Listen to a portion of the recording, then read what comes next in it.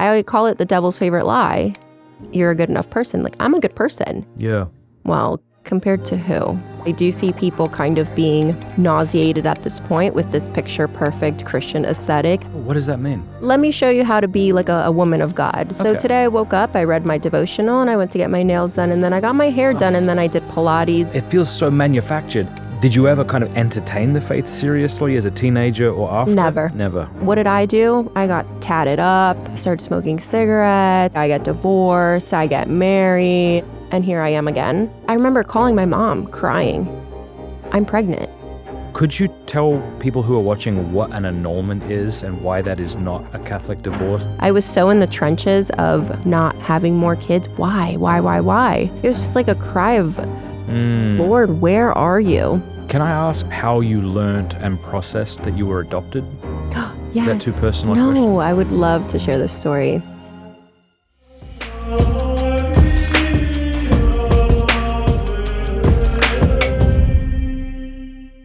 This is very nice of your husband to give me a cigar.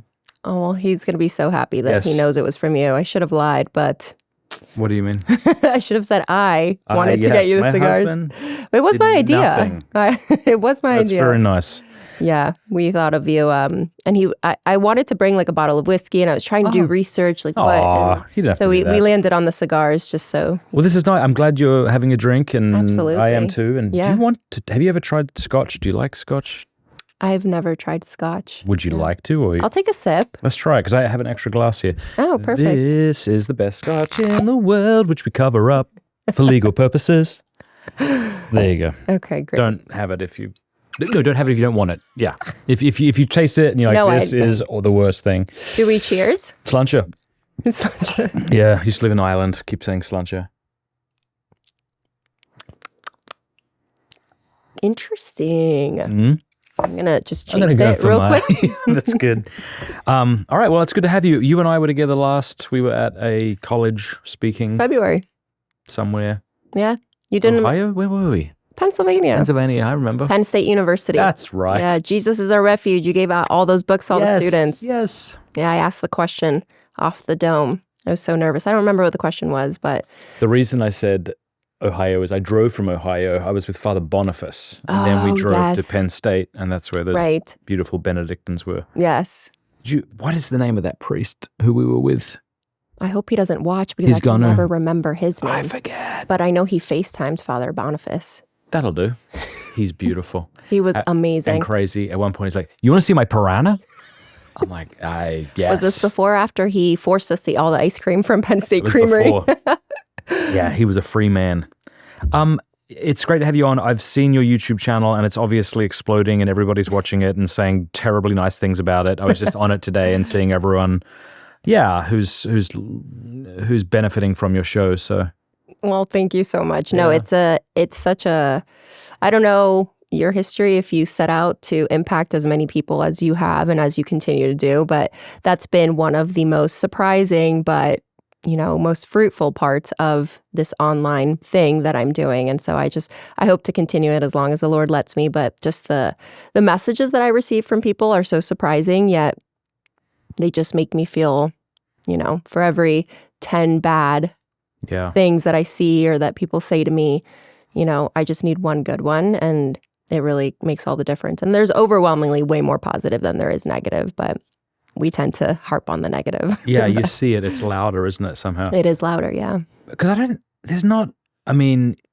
how would you frame what it is you do? Because some of it's apologetics, for sure. It is, yeah. And I don't have a theology degree, so I tend to err on the side of, listen, at any point in time, I want somebody to be able to come to, whether it's my YouTube or my Instagram, and watch anything, pluck it out of context and be able to walk away from it with low cortisol, feeling inspired, nice. Feeling maybe a little more educated. Something of value about our faith that I can bring to the table is really what's most important to me. And I always think of these heavy hitters that I respect and love so much. So Bishop Barron, Father Mike Schmitz, Trent Horn, all of these amazing names in the space. If they were to see my stuff, would they say, that's great? Or would they say, that's a little harsh or a little this. Yeah. So I always just kind of try and look at it through that lens.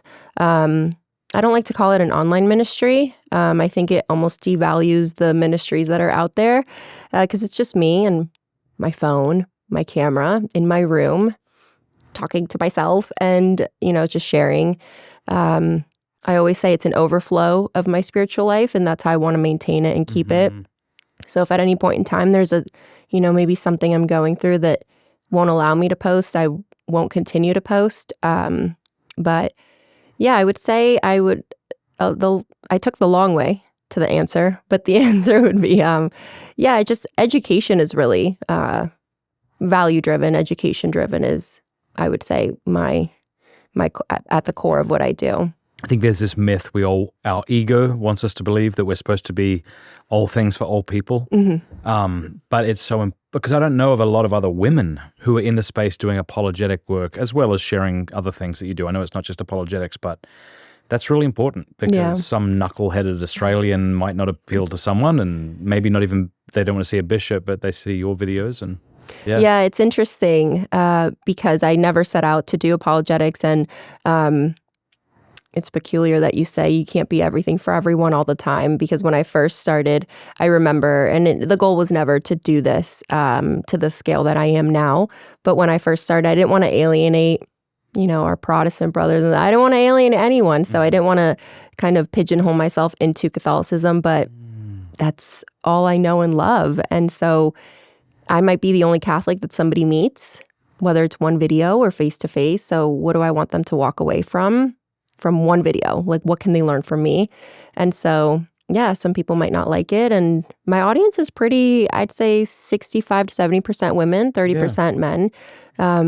But yeah, I'm just really grateful that the Lord has blessed me with these kinds of opportunities. And I could talk about it all day, but I'm sure you got a lot of thoughts about like ministering or evangelizing in the online sphere. I'd love to hear more about it, because I actually am so glad you went real specific. Because I think when you remain broad, you're just sort of like as interesting as dentist art. Like, okay, like that's not moving anybody. It's just, it's meant to appeal to everybody, so it appeals to nobody. But when you can be like, I am a Catholic woman talking specifically to this, I think you end up having more of a loyal following, because yeah, and I think it's more useful for the people who are watching, because my delivery of information may not be the way that somebody wants it or the way that they prefer to receive whatever, whether they view it as entertainment or value or whatever it may be. So I think I'm so thankful in hindsight that I just said, forget it. I'm a Catholic, and I'm a proud Catholic. I started posting because I felt like I was silenced. It's weird to say that, but I made a commitment to myself to post one thing about my faith every day that I wanted to share with other people. And it's just kind of exploded into this big thing that's far beyond me. And when you first came, did you kind of come out as Catholic? Or did you always say you were a Catholic and then got more intense? Yeah, I got more intense as the time went on. Did you find that you had followers or viewers who were shocked to see you become? No. My very first video that I posted was it was just, hey, you don't need Prozac, you need your Bible. And that kind of got some things going. But that video was on my old TikTok, and that was what got my TikTok taken down. Oh. And so I waited like a 2-week period. Is that what you mean when you said silenced? Yes. Oh, I wasn't sure. Yeah. Okay. And so I took that as a sign. It wasn't. It was just someone reported my video, or I used copyright. I don't know what it was, but I waited about 2 weeks for my TikTok to be reinstated. And at the time, I just had like my friends and family who were following. It wasn't anything. I wasn't doing anything on there. And I just got so mad one day, and I said, no, you're silencing me. No one was silencing you. But I said, I'm going to come back, and every day I'm going to post something that can help someone, because I'm not going to be silenced. It was a little bit of a victim mentality, like, no, you're not going to silence me. I'll show you. I'll show you. And then I made a new page, and the first video that really went, it's so funny. I hope people don't look it up, but it's me just saying, like, you know how there's culture appropriation, and people get very upset if, somebody dresses up as the culture that they don't belong to. I said, what about religious appropriation? If you don't believe in Jesus, you don't get presents at Christmas. You don't get Santa. If you don't have Christ, you don't get Santa. And that was the video that really did it for me, as far as like reaching a lot of people. And the more angry comments that I received, the more that it fueled this, wait a minute, there's people who are watching these angry comments who don't know the truth. So I'm going to clear it up for them. And that's never looked back. So years ago, a husband and a wife in Lithuania sent me one of their handmade rosaries, and I was so struck by it. The weight, the quality, the care in every detail. It was seriously the most beautiful rosary I'd ever seen. Now, in collaboration with Theotokos Rosaries, I'm making 2 of their handcrafted rosaries available to you over at dailywire.com/shop. Italian olive wood, gold plated brass, micro braid cord built for a lifetime of prayer. Each one made by hand in Lithuania. These are not just beautiful rosaries, they can be family heirlooms that you would pass down, used for personal devotion. You could also give them as a wedding gift, ordination gift, confirmation gift, or for graduation. Now, the first batch sold out right away, so pre-order yours now at dailywire.com/shop before the next batch is gone. That's dailywire.com/shop. This is an interesting phenomenon, hey? Like, I started Pints with Aquinas 10 years ago. Before YouTube, people weren't really on YouTube, I guess. So I started out as an audio-only podcast, and then it kind of turned into this. But I would say maybe over the last 5 or so years, there's been an explosion of people online doing things. What's your assessment of that? What's good? What's bad? So it's interesting. I started posting about 1.5 years ago, 1 year and a couple months ago. And at that time, I would say there was probably 25% of what there is now. So in the last 12, and that could be just my ignorance because I wasn't in the space. I didn't see other people and other accounts doing what I was doing. But I think I think it's very tricky. I think you need this level of discernment or kind of self-reflection.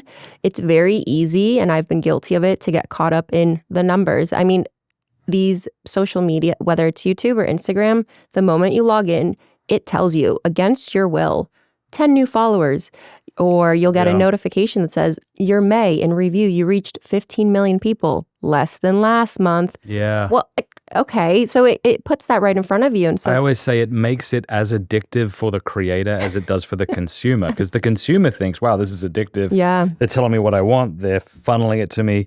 But in order for YouTube to work, it feels like they have to make the creator as addicted to it. Yes. So it can be addictive. Yeah, it definitely can. And so, yeah, it's interesting to watch that. I feel like there's 2 camps of, whether it's Catholic creators or just Christian creators in the space. But I do see people kind of being nauseated at this point with this picture perfect Christian aesthetic that has kind of been on the rise the last 12 months. I've seen people take a step back from that. And what does that mean? So, because I'm a woman, millennial, and in that kind of space, I see, going to Pilates with the Bible quote in my bio and, opening the word and, it's I'm so detached, and as you should be. I may be completely unaware of this. I don't know what so many things mean.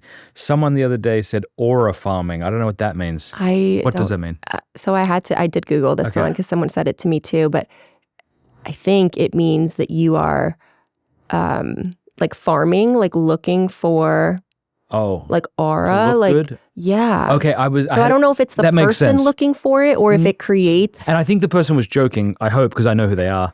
And it was about I had a photo with the patriarch of Constantinople. Oh. So aura farming, probably, I see, it's so funny. I think I'm an old man trying to figure out what that means. I guess it means, yeah, all right, cool. I think it means, but I don't know if it means that you found the aura, like, whoa, this guy's cool, or you're looking for it. Yeah, I think that one. You stand by the patriarch, you're getting something. Okay, back to Bible and Pilates. What? Oh, yeah. What does that mean? I just think it's so this Christian aesthetic of, surface level Christianity, which, we see across many different ways. But for me personally, how I see it is through, through women, Christian women. But it's very surface level. It's let's go get our hair done. Let's go get our nails done. Like, be kind, love Jesus. And there's a level of comfort there that's so excessive that Like something that doesn't seem I want right. to know what you're talking about. You're saying that was it women specifically? Yes, I've only seen the women. And so are they are these videos where they're blending like talk about the Bible and Jesus it's like, with activities like getting their right, nails like done? let me show you how to be like a woman of God. So today I woke up, I read my devotional, and I went to get my nails done, and then I got my hair done, and then I did Pilates, and then and so the whole. And listen, it feels so manufactured, and that's what's tough, right? Because the internet breeds cynicism. Yes, it's so easy to look at that and go, "Oh, this person." Right. That the young woman might be the most sincere person in the world. 1,000%. So I want to acknowledge that. Yes. But for me, when I hear stuff like that, I'm like, "Oh, for goodness sake, it's just so manufactured." Yeah, but I think that's why it's important too to I could take your actions at face value, and this applies in real life, but there's also this level of discernment and kind of I can judge your actions. If that's what you're choosing to put out, I'm not going to judge your posture. I'm not going to judge your relationship with God. But I can say this doesn't seem to be something that aligns with how I want to live my life, or the things that matter to me. So I don't follow, I don't comment and hate and that kind of stuff. But, so I think people choose to show you what they want. And we all know social media is a highlight reel, but also it says a lot about what they do choose to show you. So that's important to them. So you take it with a grain of salt and discern on your own. But so, okay, when did you come back to faith? I came back to the faith. I credit my husband. Yeah. I have to shout him out because everything is because of him. So I grew up cradle Catholic, went to Catholic school my whole life. Okay. My family's Catholic, all great and dandy. I graduated high school. You sure you don't mind if I smoke this? Go for it. I bought them for you. Technically, my husband did. Yeah. He should have been sitting right there so I could point to him. Next time. Next time. So what was I say? I graduated high school and I did what most cradle Catholics do. They fall away from the faith. They live for the world, and it was nothing crazy. I did not dabble into drugs, alcohol. I was just living my life, and got married, got divorced, met my husband. He was also a Catholic. Yeah. But we weren't practicing. It was just like an anecdotal, like, oh, I'm Catholic too. Next, want to go to the bar? Let's go to the bar. And so we... oh man, I want to get into all of this. Feel free to sum it up, but I want to go back. Oh, go back as much as you need. So then I found out middle of COVID that I was pregnant. Okay. Not married. Okay.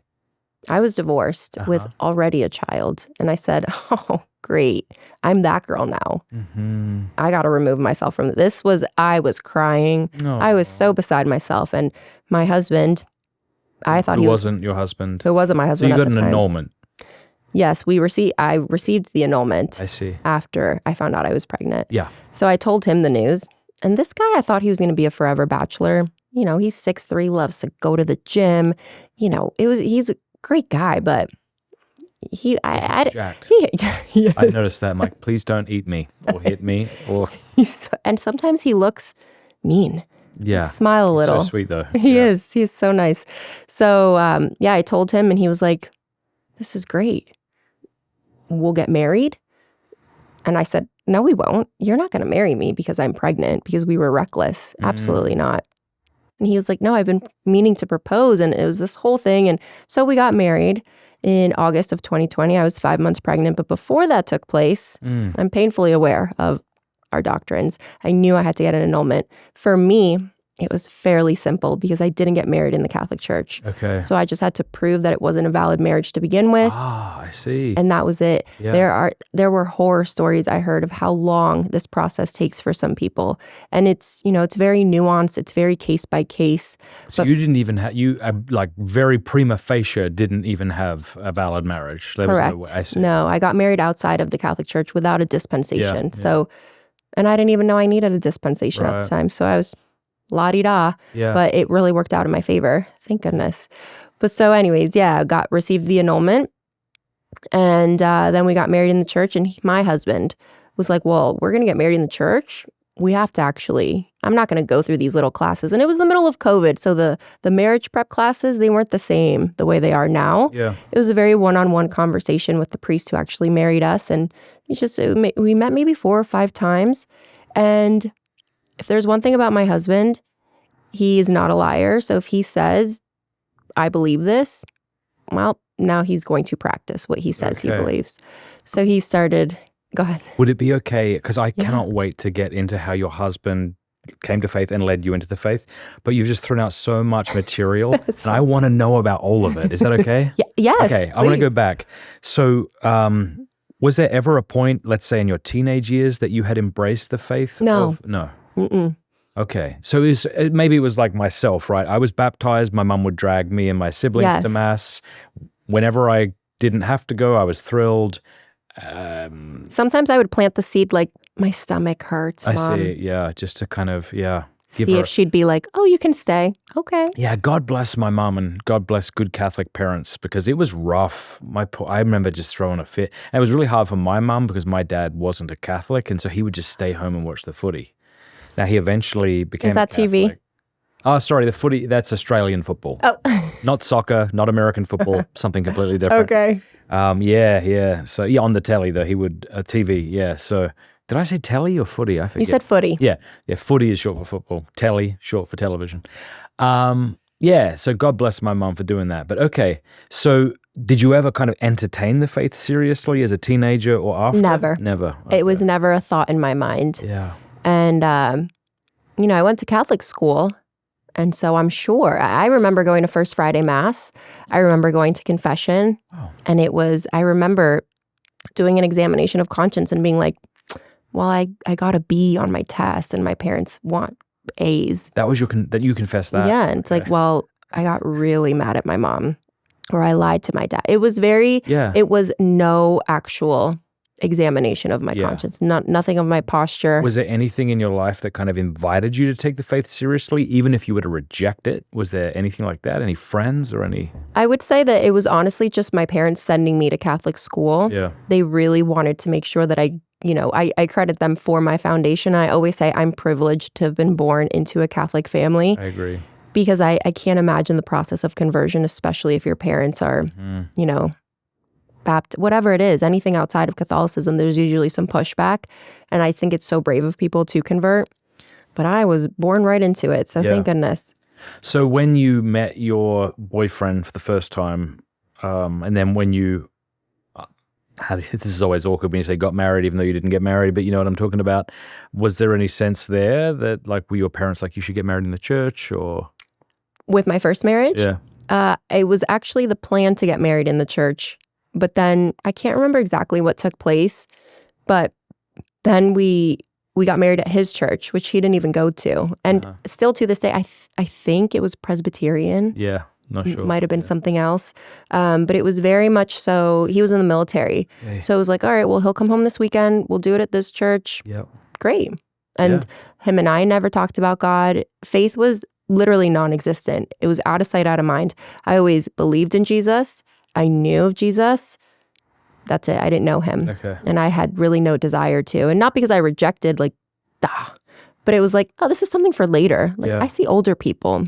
Yep. Go to Mass and do the rosary thing. But in the final quarter, that's when you start worrying about it. Exactly. When, If this is too personal, please tell me to stop being weird. But can you talk about this first marriage and how it fell apart, or do you not want to do that? The only reason and I'm happy to tell you, but the only reason I just don't want him to see it and think, because we co-parent. Yeah. Could you tell people who are watching what an annulment is and why that is not a Catholic divorce, for those who are confused? Yeah, it's so interesting because some people will say, oh, an annulment, that is the Catholic divorce. It's like, no. But an annulment is pretty much basically the church's way of proving and ensuring and confirming that your marriage was not actually a sacramental marriage. It didn't take place before the eyes of God. It could have taken place legally or outside of the church. There's so many different factors that go into whether a marriage could be annulled in the first place. But yeah, like I mentioned, for me, that was a pretty simple process. And some people think, so that's saying the church is saying that my marriage never existed. Like, are my children illegitimate if I had children? It's like, no, that's not the case at all.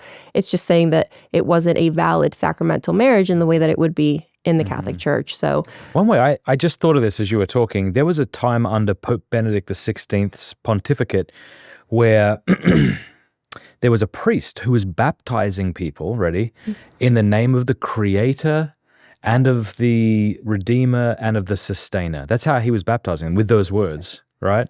And so Pope Benedict declared all of those quote-unquote baptisms invalid.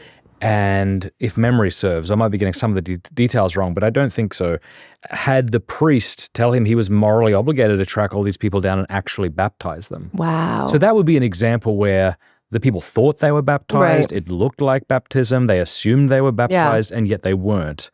And in my own life, there have been family members, I won't say more than that, whose weddings we chose, my wife and I told her we're not attending this very close family member of yours, not because we didn't love them, but because it was an invalid marriage, Right. because they were Catholic. And that was really hard to do. And it's so hard, right? Because you love these people and you're not trying to be a jerk. And you're not trying to say there's no merit or goodness in the relationship. That's not what you're saying. It's not like the two options are den of iniquity and then pristine marriage. Like there's obviously a spectrum here. Yeah. Anyway. Well, and I think it speaks to how we view other denominations of Christianity. It's not that they are fully wrong. They have some truth. They have some beauty. They have all of these things, but the fullness of what they experience can only be found over here. And so, kind of the same thing as, your marriage that, at a Baptist church, at a Lutheran church, it was still beautiful and it's still, meaningful. And it doesn't mean that it never took place or that your children are this, that, or the other, but it just means that it was never really valid in the eyes of God the way that we consider a sacramental marriage to be. So you're not attending church at all during this point up to the first quote unquote divorce. You're not. No. And it's interesting because I got my son baptized. I sought out a Catholic church where we were living, wasn't a member of it, sought it out, got him baptized. It's so interesting how, like, I did the things something that I good knew. about it. You could tell there was some virtue, something wholesome in that. Yeah, I love that you're so honest about this. Thank you. I'm sure it's awkward, especially when you're so vulnerable on the internet, because there's a lot of Pharisaism or, you know what I'm talking about, online. So it kind of prevents people from being. Yeah. This is why you have more Pilates in the Bible and less pregnant outside of wedlock. I don't know what to do, right? 5 months pregnant, married in the church, guys. But there's so many people who are in that situation. So it's so beautiful, I think, that you can share that. Well, thank you. Okay, so I see. So once you got pregnant and you're dating this fella, it wasn't. So it wasn't like I'm in a Catholic context and what do? I knew this was wrong because it was like, no, that's just you sleep with someone you're close to. Right. There was no real sense that you have to be married first. Or no, we were just honestly, like premarital sex was it still is so. It's what you do to be close with your boyfriend or your like. It was never like, hey, this is wrong, we shouldn't be doing that. Right. Not even a single thought. And so, for me, when I found out I was pregnant, it turned my world upside down because I'm divorced. Yeah. I come from a good, very wholesome family. My childhood was perfect, picture perfect. My dad, such a loving dad. He's a doctor. He helped, just my mom, she stayed home with us. She was such an amazing, what is the word? Homemaker? Yeah. Homemaker. Yeah. And so, what did I do? I got tatted up. I started smoking cigarettes. I get married. I get divorced. And here I am again. I get mom. Whoops. Like, at this time I was 20. I can't remember. It was in 2020. So 6 years ago. But I remember calling my mom crying. I'm pregnant. And she was like, sweetie, every child is a gift from God. You will figure it out. And right away, she said that. Right away. And God bless your mama. I'm 30 years old. Like, I'm not 16 saying, Mom, Dad. Yeah. I'm a full-grown woman with my own place, with my son and my committed relationship. And these things happen. And I'm beside myself. But my husband said, no, we're going to do this the right way. I just love good men. I mean, my wife tells this story of a close friend of hers, okay? And this close friend of my wife's heard the good news about sex and marriage as the Catholic Church presents it. When she heard it, she felt convicted, but she was living with her boyfriend. Mitch, his name was. And she said, I can't tell him that. I can't tell him we have to not have sex, repent, wait till marriage. And Cameron said, why? He's not going to stick around. But she knew she had to, so she did it sheepishly. And he's like, okay. Isn't that legit? They actually separated, got married. They're still married. They've been married longer than me, have a beautiful family. To me, that's the definition of godly men. It's not the, like it's really, to me, when I told my then boyfriend, I mean, again, he was going on bachelor parties, having a great, like we were in a committed relationship, everything was great, but he wasn't thinking marriage in that way, especially not baby then marriage. And when, when all of this came to light, when I told him, not for a moment did he hesitate. Wow. And it's like he internally decided, great, okay, well, I'm 30-something, let's do it. Yeah. Let's go talk to Father John Maria was his name, who married us, and we're doing this. Most of us would say our faith shapes the big decisions in our lives, where we worship, how we raise our children, what organizations we support. But sometimes it's the little decisions that reveal what we actually value. Take your cell phone bill. It's one of those expenses you probably don't think about very often. But what if every month it could actually support causes you believe in? That's why I want to tell you about Charity Mobile. They're proudly pro-life. They offer the same nationwide coverage you'd expect from the major carriers. There are no contracts, and their customer support service is staffed by pro-life Americans. Even better, every month they donate a percentage of your bill to the pro-life, pro-family organization you choose. Over the last 30 years, that's amounted to millions of dollars supporting the culture of life. Plans start at under $50 before taxes and fees. If you're already paying for phone service anyway, why not let that money do some good? Visit CharityMobile.com/MattFradd, use promo code MattFradd, and you'll receive a free phone with every new line, plus free activation and free shipping. Again, that's CharityMobile.com/MattFradd. All right, I want to tell you about Hallow, which is the #1 and prayer app in the entire world. Isn't that amazing? Not just the #1 Catholic prayer app, the #1 prayer and meditation app in the world. So if you've been wanting to pray, but you find that life gets in the way, or you have resolutions to pray, but then you sit down and your mind wanders and you don't know what you're doing and you want to get better at it, I really recommend checking out Hallow. I've been using it for a while, and I've met people whose lives have for real been changed by it. You might want to learn how to pray the rosary, or how to pray the rosary better. They've got amazing audio for that. They have scriptural meditations you can go through. They have beautiful, edifying audio books, even Bible sleep stories. It's incredibly well done. So if you've been wanting to build a more consistent prayer life, visit hallow.com/MattFradd and get 3 months for free. That's hallow.com/MattFradd. So this is a horrible question to ask, but did you ever consider abortion for a second? No. Okay. Yeah, no. I'm adopted. So cool. to me, that would be the route if I wasn't in the position to be able to have another child or have a child. It would be adoption, which is such a hard decision. Yeah. But that'd be my choice. So yeah, it wasn't All on the right. table. So it's you and your boyfriend. Neither of you are practicing Catholic. You're pregnant. You're not married. Then what happens? Then we got married. Yeah.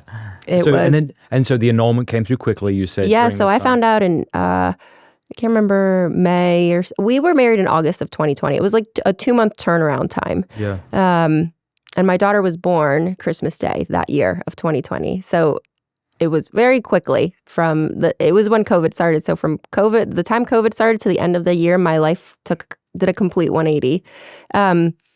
But when we got married, I do remember we got married on a Saturday, and we missed Mass Sunday. Like we had Mass yesterday at our wedding, so we're not going. My husband and I talk about that, like, geez, we didn't even go to Mass. Yeah. But he started going, and he pulled us back. And all right, so can you tell me about that? Why did he start going? Yeah, in my head, I saw it because I'm watching this from the outside. So I see this guy who, 6 months ago was going to bachelor parties and having a great time. And now he's waking up at 6 a.m. to do a holy hour. I'm like, what is that? How did that even happen? That's pretty Something intense. about my husband is when he commits, he commits. Okay. So he goes all in. And so he started doing a holy hour, and he started kind of bringing his family along to mass. And I was just going through the motions. So for me from the outside, I said, well, you know what? He loves to gamble, loves to party. He has a little more to make up for than I do. So of course he's going to do a holy hour. And he met me with so much support and grace he never forced anything on me. He would just invite me. Do you want to pray the rosary? We were driving somewhere. Let's pray the rosary. Did you find that annoying or confusing? No, nice? I found it endearing, that almost protective. Like, oh, you want me. You do love me. You know, like, Really? oh, you want me to join in. Oh, that's nice. Yeah. And then had you ever prayed the rosary before? No. Did you know what it was? Yeah. I was familiar with it. I had, just because of going to Catholic school, I was familiar enough. Never prayed it. And I remember I didn't take him up on the offer initially, but he was always going to different things that our parish was offering, whether it was like a young man or a men's ministry or whatever it was. And I remember we were driving somewhere one time, and he had this pamphlet of purgatory, eternal damnation, et cetera, et cetera. And we were driving, and we were going under a bridge, because I remember it getting dark as I opened this book. And it kind of just talked about mortal sins and venial sins and purgatory and all of these things that I knew, but they were sitting out there on the outside of my faith and of my day-to-day. And it was, excessive tattoos can be, depending on mortal sin. I'm looking, I'm 1, 2, 3. Oh no, that's bad. And then it's, premarital sex, porn, listing all of these big things that some I had partaken in, some I had not. And then I start reading about just eternity and purgatory and heaven. And I just had this moment where I was like, I'm not going to heaven. If I die right now, I will be in hell, and my children will never see me again. Because I believed in heaven, but I never contemplated hell. And I think that's where a lot of people live. You believe in heaven, you believe in something higher, you believe in God, whatever it may be.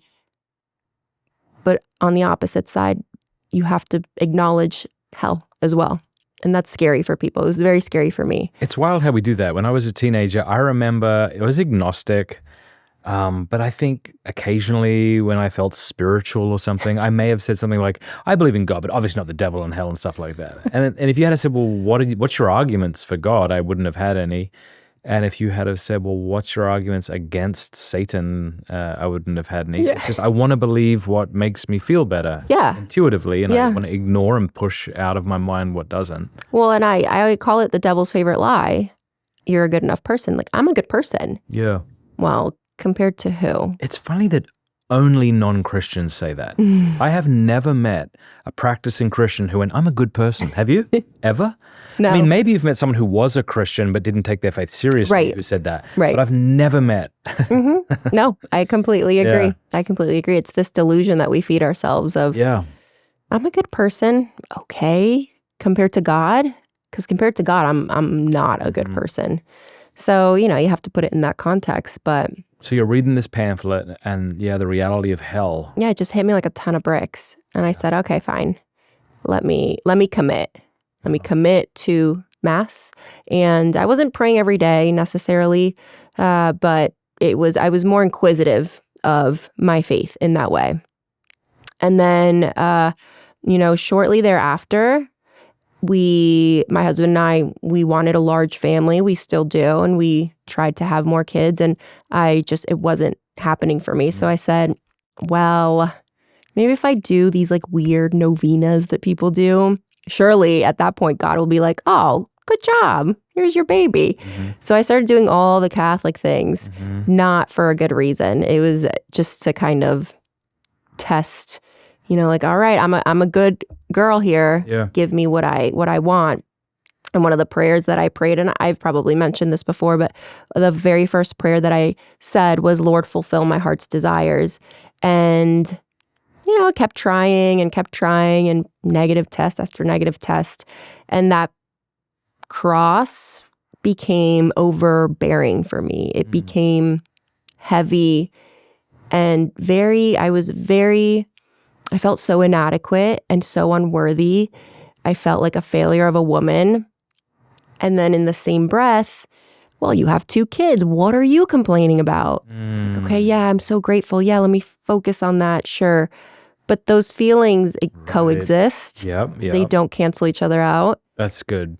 Yeah. That's so important to say. It is. And Because I have good friends who have 2 boys, and the boys are stellar, awesome, and they're older now. But when they were younger, I remember this couple saying how painful it was when they would express their desire for another child and have people say that. yeah, What is that? It's dismissing you, isn't it? it is a little. Yeah. Like you're wrong to feel the pain of not being able to have more children or something. And it's also quantifying your grief or what you're experiencing. For me, it was, I was kind of grieving this large family that I had always envisioned for myself. And, this was my second marriage. So I'm not 21 years old. I have biology's working against me. So let's go. And it's very dismissive. And then it makes you second guess, because then it's, you know what, you're right. I'm so lucky to have 2. Yeah. It's like, but I am. Yes. But that doesn't. 2 things can be true at once. Exactly. So they're not mutually exclusive. And I hate that mentality. When it comes to all sorts of suffering, it's the, well, what about isms? Well, what about this? Well, what about the people who don't have any children? Well, what about the people who can't have any? Well, what about them? Their suffering is also awful.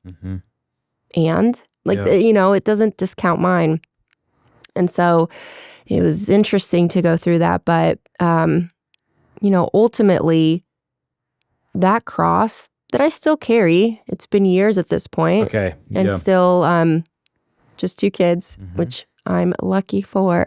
But I get it. People in the comments. Put it in big bold letters. I'm grateful. Yeah. It's something that I've learned to just coexist with, is this, sometimes I take it to the confessional. I'm so angry. Why do they get that? And you can apply that to anything, not just fertility. Totally. But I've had to realize over the last 5 years or so that my prayer was answered. The Lord did fulfill my heart's desires, because my desires were what God knew I needed.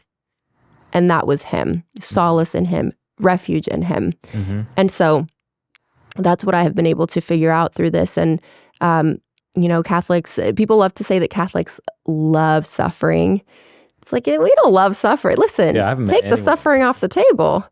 But I love to be able to use my suffering. It's redemptive suffering. To unite it to Christ's in any way is, to me, it's worth the pain that I feel to feel closer to Mary, to Jesus, and it's a drop in the bucket in comparison. But again, there's nothing good that comes from comparing people's situations. Yeah, there is a lie I think everyone believes. They hyper-focus on their own crosses, and they look around and just see perfect, happy people who have no crosses. Yes. But of course that's insane. And we all know it. Every single person knows that's insane, but it's this feeling that feels real.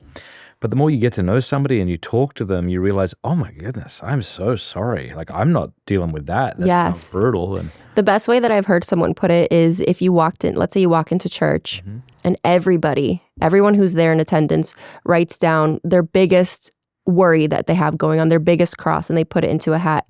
Would you risk yours? Would you trade yours in to pick out of that hat? And every single time I say, no thanks. That's good. I'll take my 2 children and be over here. Yeah. Like so when you think about it that way, it's like, yeah, I am very lucky. Yeah. So it's just kind of learning to exist with whatever it is you're longing for. Whatever prayer is unanswered, you also have to be realistic and know that maybe that is your answer. And then you have to be aware of what beliefs are forming about yourself and God and others during that time, It's so subtle. It gets in there and you realize, oh, I'm holding false views about God. And you might realize I've been living with them for years, Like maybe it's like beliefs like God's punishing me because of my infidelity or what have you. And then you go, oh, wow, in the name of Jesus, I renounce the lie, 1,000%. I thought it was because I got divorced. Yeah. Like, well, Yeah. you know, I should have had, if I maybe would have stayed with that guy, maybe I would have had 10 kids. It's like, okay, you're crazy. Let's move on. You know, like it's hard. It's interesting that you, because I imagine I could think of a lot of cases where perhaps the man is a faithful Catholic or the woman is a faithful Catholic and they help their spouse come into the church. But you're in a unique situation because your husband is just getting into it and he's pulling you along and learning alongside with you in a way. Yeah. Yeah. You were actually one of the first podcasts that he started listening to. Oh, wow. He would send them to me. I'd be like, 2 hours? Who has 2 hours? Joe, I don't have You know what I do. Do you think yeah. 2 hours? I don't think so. But yeah, it's, I'm so grateful, you know, and people ask me, oh, how do you find like a godly husband? By the grace of God, we met at a time that neither of us were pursuing Christ in any way. Yeah. And he decided to. And I am the kind of person, and this is embarrassing to admit, but I would be like a perfect cult member. If something makes sense to me and you're convincing enough, sure, I'll follow along. Yeah. So my husband took on that leadership role. And because I trusted him so much and I respected him so much, again, my beliefs didn't change. It wasn't this radical conversion, but it was this intense reversion that really took over my whole life. And he really set the example, not only with me, but with my son and now with our daughter. And so it's, men like him, he's going to love this. This is I know. so this annoying. Is way too flattering. Gosh, what's his guy. top 10 vices? What's the 10 most annoying things? That guy loves. Please don't do that. Look at me starting. Let me tell you, Jim. With glass of wine in one hand, index finger. He's probably at the gym right now. Now he's taking our daughter to see Toy Story 5. Oh, is that supposed to be good? It's supposed to, well, according to my 5-year-old daughter's brain, it's supposed to be amazing. Oh, yeah. So. Remember Toy Story 3 was unbelievable. Isn't that the one with the weird doll and the purple bear, the purple thing? I never watched any of them. Sorry. I'm not a movie person. Yeah? None. No. I get bored in movies. Yeah, I like TV shows. I know, I'm like that. That probably doesn't say anything good about you and me. I like it short and superficial. Short and sweet, not a lot of depth. Yeah, there are some movies I like, but it takes a lot. Most movies I'm halfway through and I can go, I'm going to go to bed. And my wife's like, how can you do that? Well, you know what it is? They don't get to the point. I watch a I watch a documentary on Netflix. Me and my husband, we don't watch TV together ever. You know how some couples, they'll sit down and watch at the end of the day? They'll watch like 20 minutes of TV and then go to bed. Not him and I. We haven't watched a thing together. And is that because you don't like it? We don't have your fault. That's what I'm asking. We don't have a the same overlapping interests. Yeah. He likes history. Snooze fest. Yeah, thank you. That's so funny. Yeah, my wife is choleric in some ways. Like she's very confident and doesn't sort of second guess herself a lot. But she's actually do you know what I mean by these terms, choleric? She's very phlegmatic. And what I mean is she kind of lets me tell her what to do unless she realizes it doesn't make sense. Right. Then she'll be like, that's stupid. What are you talking about? And then she'll want to understand it.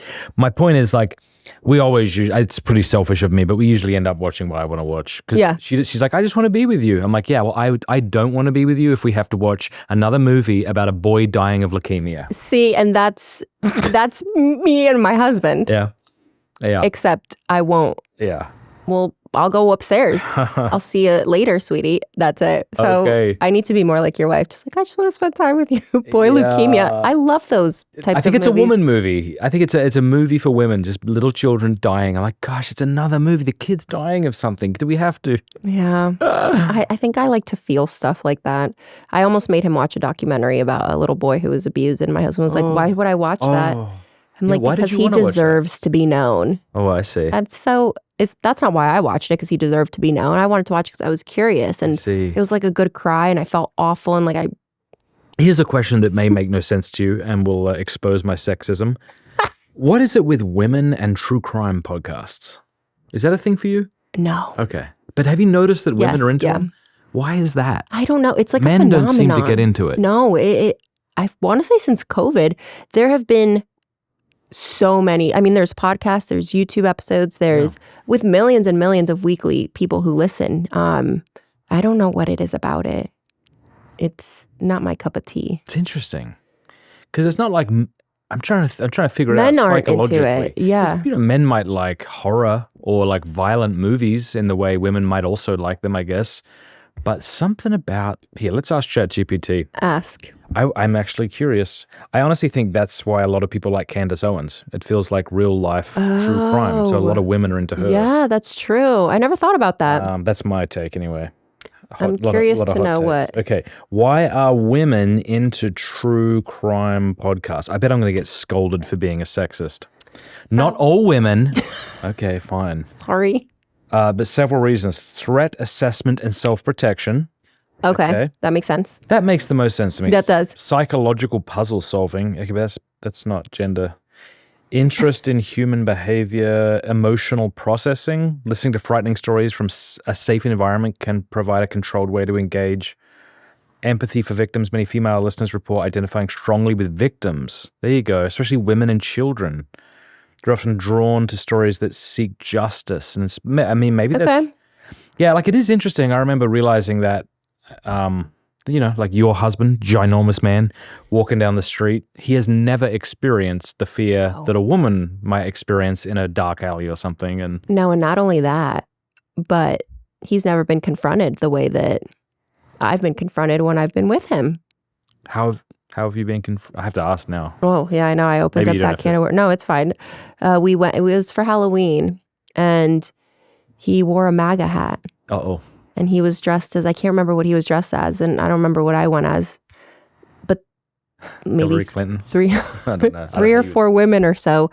They waited until I went to the bathroom, and they were like, how can you be with a man who wears that? I said, oh, but there were women confronting you. Women confronting Oh, okay. me. I thought you meant men. Yeah. Oh, no. Men don't know. But I said, let's go ask him. Oh. They didn't follow me back to him. But, yeah, someone like him, yeah. But I don't know if, I'm thinking about the true crime thing. Yeah, because it's, again, like if you say threat assessment and processing, but it's like, yeah, but men like, my premise might be wrong. Maybe it's false. People let us know in the comment section. Is this more of a woman thing or not? I feel like it has to be a woman thing. I've never seen any male-led podcasts or videos or anything like that. I've never seen men commentators on it. It's always been women. Mm. And I, I have friends who, they love true crime, and they, they're putting my one friend, Danielle, she'll never watch this. Yeah. I don't think, maybe I'll send it to her. Yeah. But she, after she had her second baby, I remember she sent me like a screenshot on her phone of the baby's nap schedule, and she was like actually rocking her in that moment. She's like, oh, I'm rocking her to bed. This is what her nap is, how long she slept yesterday. And at the top, it was like the Idaho murders, like episode 3 of 4. Yeah. And I'm like, what are you? Because I like horror. That's not true. Most horror is crap. 90% of horror is terrible. But I enjoy some horror, frightening things. And not I don't enjoy any of it. I could barely talk about oh my gosh, demons my wife hates it too. Yeah. My wife's like, this is unhealthy, babe. Because I write horror too for fun. I don't want to. For fun? Yeah, I love it. No, my husband would send me Father Chad Ripperger's, his stories and these exorcism stories. And he'd be like, oh, did you see my text? I saw it. What does he call you? Doe?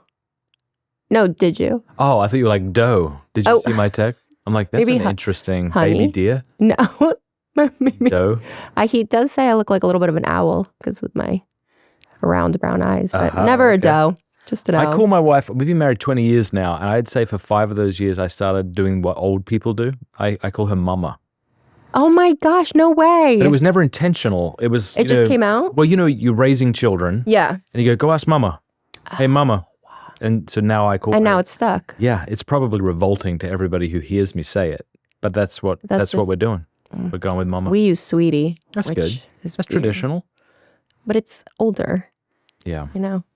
I love that we went on to true crime, and I have no idea how. What was there tenets of the faith, whether it be kind of moral teachings or on, sexuality, or was it like doctrinal issues about the Blessed Virgin Mary? Were there obstacles that you were like, look, I want to come on board, but this seems crazy, or I can't believe this? No, it was everything made sense to me. And that's not to say that there have been times, even throughout the last, ever since I kind of started posting, I've never questioned Catholicism, the validity, the truth in it, but I have questioned, would I have ended up here? What beliefs are on the other side? Like, what am I missing per se, just so I have a well-rounded kind of outlook on faith in general.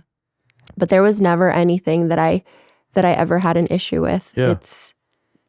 It just makes sense to me. Yeah. It just makes sense. And I think when you understand something, first of all, you have to have the desire to understand it before you're rejecting it. So a lot of people reject things before they really actually know what they mean. And so, yeah, no, I had no issues. That's such a boring answer. I'm like, nah, I believed it all. Yeah, well, you already said you'd be a great cult member, and you were probably looking for reasons for it to make sense. Like you didn't have any obstacles. It's not like you're coming from a Protestant background Right. where you'd been told that Catholics were wrong for this or that and then had to process that. Yeah. And then, I don't know, I mean, I wonder if also because you were trying for a child and it's not like you had the temptation to contracept. But I wonder though, if you were like, 3 kids in. I've had the temptation for IVF and IUI and embryo adoption. I have looked into all of that. Has that been, tell me about that. Yeah, I've never been tempted to fully pursue IVF, but everything else I've looked into and I've almost tried to talk my husband into. I had to sit through this IVF kind of like presentation, if you will. When I was going through the testing of like, well, why aren't you getting pregnant? Let's, so they send you all the fertility specialists. They're all IVF doctors. There is, unless you go to like My Catholic Doctor and that kind of stuff, or do NAPRO is another one. But yeah, I had to sit through the, well, this is, if this doesn't work, then this is how IVF works. And I had to sit through the whole thing, what they do, the names they use, the technical terms, the cost, the this, the that. It was awful. I walked out of there in tears, but I needed to go through that so I could have what I believed would be a restorative surgery, that there was some things going on that they believed that they could fix. And I thought, okay, just sit through it and do it. You'll get your surgery and then you'll be good. I wasn't good, but I looked into all of those things. And even now, if you catch me on a bad day, I will question, like, why does God not, like, I wouldn't discard embryo. Like I wouldn't treat it in the same way that actually makes it. I understand it's outside of marriage, but like we're trying in the context of marriage and it's not working. So then what? I know that's completely illogical and it's just based off of my emotions, but it's not illogical. I think it's an understandable reaction. But for those at home, why does the church condemn IVF? Yeah, so it's kind of a twofold process. The first is that children are to be conceived and made through the act of marriage and that unitive aspect of a husband and wife. So that's the first thing. So that's why things like IUI, which is when they take a woman's embryo and they take the man's sperm they take the sperm and they inject it into the woman's uterus. So, some people think, well, that's creating the baby here, but it's like, but it's not through the act of intercourse, through having sex. So that's one aspect. And then the freezing and the discarding of embryos is, it's technically, those are abortions. Those are killing of, innocent lives that still have the full dignity of God. And then the third is, I always kind of call it eugenics. That's what it is. This selection process of, oh, okay, we have 20 embryos. So we're going to send them off for testing. 5 of them have Down syndrome, so we got rid of those. That getting rid of those is discarding those embryos, those lives. Yeah. So that's kind of that in a nutshell. And so and listen, if there's anybody that understands the pain, it's me. I know that there's a lot of women who have done IVF before. They didn't know. It's now it's kind of coming around, but I didn't know that it was. Man, I interviewed a lady called Stephanie Gray Connors. I would highly recommend you check this out. Okay. She's incredible. Like, how Trent Horn's a great debater? Yeah. She's better at debating abortion than even he is. Oh, amazing. Okay. She just gets up and she's so sweet and petite, and then she just rips the face off of her opponent. A little unsuspecting. She's unreal. But she we did it. She wrote a book on the evil of IVF, and I interviewed her about it, and the amount of pain that showed up in the comment section, and the pain came out as complete unhinged rage. Yeah. on part of women who were just slandering her and saying all sorts of foul things. And it would have been easy just to be like, these people are insane. But I think a lot of it's just the deep pain. Yeah. People who, maybe they think, even though she was very clear, I'm not saying your child's illegitimate, Right. nothing like that. But fair enough. Yeah. Yeah. It's so hard because no matter whether you have done IVF and didn't know, or whether you knew and did it anyways, it's immoral. Yes, it's something that you need to take to confession, but it doesn't, it's much like any other sins. I'm a little probably softer than some other people, but Yeah. there's no sin that God won't forgive. His mercy is so far and it will reach you in like the depths of who you are, that the shame you're carrying is not from him. It's from yourself. You feel shame because maybe you know that it's wrong and you participated in it, whether knowingly or not, it doesn't matter. But it's incredibly difficult, and it's difficult for all sorts. It's like, why can these women not have children? Why does, this beautiful family, why does the dad pass away? Why does she get cancer? Why does he lose his job? And it can be small to you, but it's huge. It's interesting how we often hear that the Catholic Church doesn't fit into left-right categories, and it doesn't in social justice issues, which I know is a term that's been hijacked by the left, but in the Catholic sense of it. But it's also true in this sense, right? Because the Church condemns abortion, and the political right go, yes. And the Church condemns IVF, and the political right go, what are you doing? What do you mean? Yeah. What do you mean? Yeah. No, it's my husband hates this term, but from womb to tomb, that is the definition of pro-life. So, and that's all facets of it. So from IVF all the way over, and it's interesting when you can very quickly tell who doesn't fully know the church's stances on things and just believes that they are the Republican values or just the conservative values. And you can't fit Catholicism into either. You can try, but it ticks off some boxes on both sides, and that's how it should be. Can I ask what it was like, how you learned and processed that you were adopted? Yes. Is that too personal a No, question? I would love to share this story, and credit to my mother. There was not a moment that I didn't know. What I mean by that is I was adopted when I was 7 days old, so I don't have much memory of it. I was born in Venezuela, and my parents who adopted me are from there. So I don't know my birth parents. I don't have contact with them. I have no desire for contact. But yeah, they adopted me when I was 7 days old, and I don't ever have a memory of not knowing. And that's because my mom, what she did was she's a very creative woman. And so she illustrated a little book, just like on cardboard paper, but she illustrated these two bears, a mom bear and a dad bear. And they were in their little house in little woods in like a tree trunk. And they found this little cub out there somewhere. And they took that cub in, and they all looked the same, but that cub wasn't really their cub. And it kind of tells a story of how that cub was their cub. And it was just the three of them. And the book, tells a story of, that's you. We found you, and you are that baby cub. And I remember the book is blue, and it's hand drawn with colored pencils, and my mom still has it. And I've just always known. That is so sweet, hey? Yeah, Do you remember hearing, or as you say, there's never a time you remember being told, I guess? No, it was just part of my... That sounds like a really healthy thing to do. And my husband and I are... we're in the process of adoption now. Really? Come on. And so I'm waiting for, God willing, if that takes place, I'm going to ask my mom, I need the book, Mom. Because that's how I need to explain it. So it's a beautiful, I know that with adoption, there's trauma. It's, there's lots of things that go into it scientifically, emotionally, psychologically that I'm not smart enough to understand or be able to retell. But for me personally, I can only speak to my experience.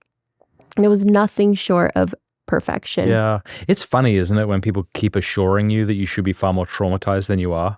Like, oh, your dad did, let's say, something totally different. Your dad, hit you when you were young. Oh, you might not realize this. And you're like, okay. I mean, how far do I have to go digging Like, I promise you, I have no trauma. Yeah. And sure, maybe some things have affected some whatever. You know what it has affected? My stance on pro-life. It's affected my view on adoption.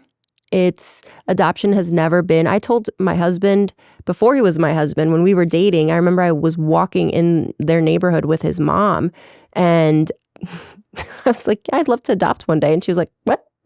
And, at the time I didn't know that I was going to have issues, nothing like that, but it's just always been a part of my story. And so I think it gives me a unique perspective into it. And people will always do that. And they'll invalidate your experience with faith, with your suffering, with your situation, your circumstance, the choices you make. They'll always do that. Oh, well, no, you don't know. So. We can all name someone in our life who has made an amazing difference. I'm thinking of this one beautiful woman who was so kind to me when I was a child. She just supported me, and I would say that support in a very real way changed my life. One way you could do this for someone is supporting mothers facing unexpected pregnancies. That's exactly what Preborn Network clinics do. They offer free ultrasounds, practical support, counseling, diapers, maternity clothes, and real hope.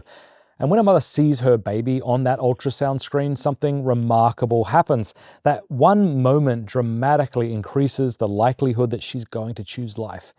Your generosity has already helped rescue hundreds of thousands of babies, but there are still mothers walking into clinics today who need someone to stand beside them. You'll probably never meet these children, and they'll never know your name, but your generosity could become part of their story forever. If you'd like to help, go to preborn.com/Matt. That's preborn.com/Matt, or dial #250 and say baby. I grew up in Australia, and we only had instant coffee in the 80s and 90s. I don't think it was until I was maybe 18 years old that I had my first good cup of coffee, and then immediately became hooked on it. I love coffee so much.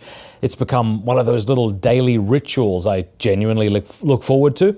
And what I love is great coffee with a great cause. 7 Weeks Coffee is doing more than roasting great coffee. 7 Weeks Coffee is America's pro-life coffee company, and they donate 10% of every purchase to pregnancy centers and pro-life organizations across the country. The name is pretty remarkable too. At 7 weeks, a baby is about the size of a coffee bean, and it's also around that time that a heartbeat is clearly detected on an ultrasound. Since launching, they have raised more than $1.5 million and helped save thousands of lives. And yes, the coffee itself is excellent. It's mold-free, pesticide-free, shade-grown, organically farmed, low acid, basically everything I'm looking for in a good cup of coffee. Go to 7weekscoffee.com/pints and subscribe to save 15% forever. Plus, you'll receive a free gift. Then use promo code PINTS for an extra 10% off your first order, bringing your first order savings to 25% plus that free gift. I'm sure you have a lot of women in the comments section asking how they can get their husband to be the spiritual leader of their household. Do you? Because your story revolves around this. I get a lot of messages about that. Yeah. I just don't know what to say. I don't. It's only by the grace of God. And I love that honesty. It's like I can't write a book. There's no 5-point plan. No, I couldn't. I didn't even say a prayer. It just happened that way. So, and all credit to him, of course. But I just think I don't want to call myself weak because I'm a very strong person, but I needed a man like that to lead our family in that way. And he was so strong. When I met him, he was very much so this alpha energy. You would think that he would be one way, but he really surprises you in his intellect and his curiosity and his determination. And I credit him for all of it, really. Without him pulling me in that way, and not even pulling in an aggressive way, but just showing me. And he was so supportive in how he introduced our faith back to me. He was just a witness. And that's what I hope that I can be for other people, is just a witness. It's interesting. What do you mean by that? As opposed to what, preaching at you? As opposed to debating me into the faith, or shaming me into the faith, or commanding that I just do what I say. Follow me. Of course it'd be like, hey, we're going to go to church Sunday. Hey, don't forget mass is at 10 a.m. I never fought back. I was never like, I don't want to go. Yeah. I always went, but it was him. It was kind of like reverting back to growing up. Like if he didn't say we were going to mass, well, I'm not going to bring it up. Yeah. But he always said we're going to mass. Wow. So What a yeah, guy. I'm giving him too much I know. credit. This is awful. I kind of wish he was here so we could talk to him. I know. Did you notice his character change or just his habits of going to 6 a.m. adoration? And No, I noticed his habits changed in what was important to him because we went from dating, we were engaged for a blip and then married. And I noticed a couple months into our marriage, just as he got deeper into the faith, he prioritized our family in ways that you can't teach someone to do. Like not only with the faith aspect of it, of course, but just introducing my son, which is his stepson, to, hey, we have to sign him up he's going to receive communion. And come on. It was in very subtle, gentle ways, but very manly leadership type ways. And, I responded. That's why I responded the way that I did, because it wasn't overbearing and it wasn't shameful. But I think that's how you truly can lead your family.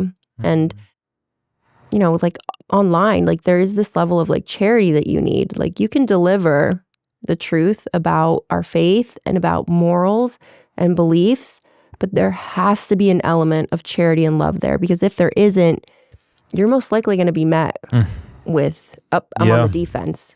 Yeah, it's just human nature. St. Paul, right? You'll be a clashing gong, resounding cymbal if you have not love. Yeah.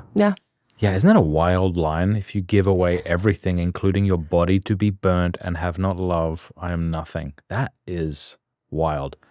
But okay, so you read that pamphlet about hell, purgatory, that was compelling to you. But I mean, how did you go from that to running a big Catholic YouTube channel? You must have fully bought in at some point between then and... It was the suffering. That was the infertility. It was that prayer that I asked of God to fulfill my heart's desires. I was so in the trenches of why me, of not having more kids. Why? That I remember I went to confession one day and I said, I'm so angry at God. And the response I got was, tell him. And I did. And after, it wasn't this like... The priest told you that? Yeah. And I wasn't like I sat down, I was like, I am angry. It was just like a cry of, Lord, where are you? Like, what do I have to do? I'm so forgotten by you. Why? And it was constant. It was that feeling. It was constant.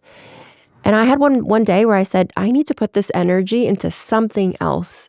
I want to dive into the Word. I'm going to join a Bible study. And there was no Bible study near me, a Catholic Bible study near me. And so I started one at my parish. And about 10 ladies joined. And it's changed my spiritual life. The fellowship that I've received and I've gotten from that Bible study is unlike anything else. So it's my husband and my friends that I met through the Bible study, that's why my faith is the way it is. And there's no replacement for that. You can't find that in a book. You can't find that in a YouTube video. Yeah. Those are crucial. So you may have already told me this, but what was your first, I think you said this, forgive me for asking it again. What was your first video that you released then? Forget the Prozac. Pick up your Bible. Right. That was the one on TikTok that you said, and you got banned for that. Okay. And then you just started doing it gradually. Yeah, it's funny. People will say, did you ever know it would be this big? And I don't know what you say, but I say, it happened so slowly, for me at least. Yeah. Like I never, it didn't happen overnight. I think mine happened very quickly looking back. The opportunities that I've gotten and the stories that I've received back, sometimes I'm like, they know that I don't have a theology degree, right? Like, they know I'm a college dropout, right? Well, I remember to that point, I remember when I got hired at Catholic Answers back in like 2011, I didn't have any degree. In Australia, people aren't, when I graduated, it wasn't expected that you go to university. Oh. Like some people did, but most people probably didn't from high school.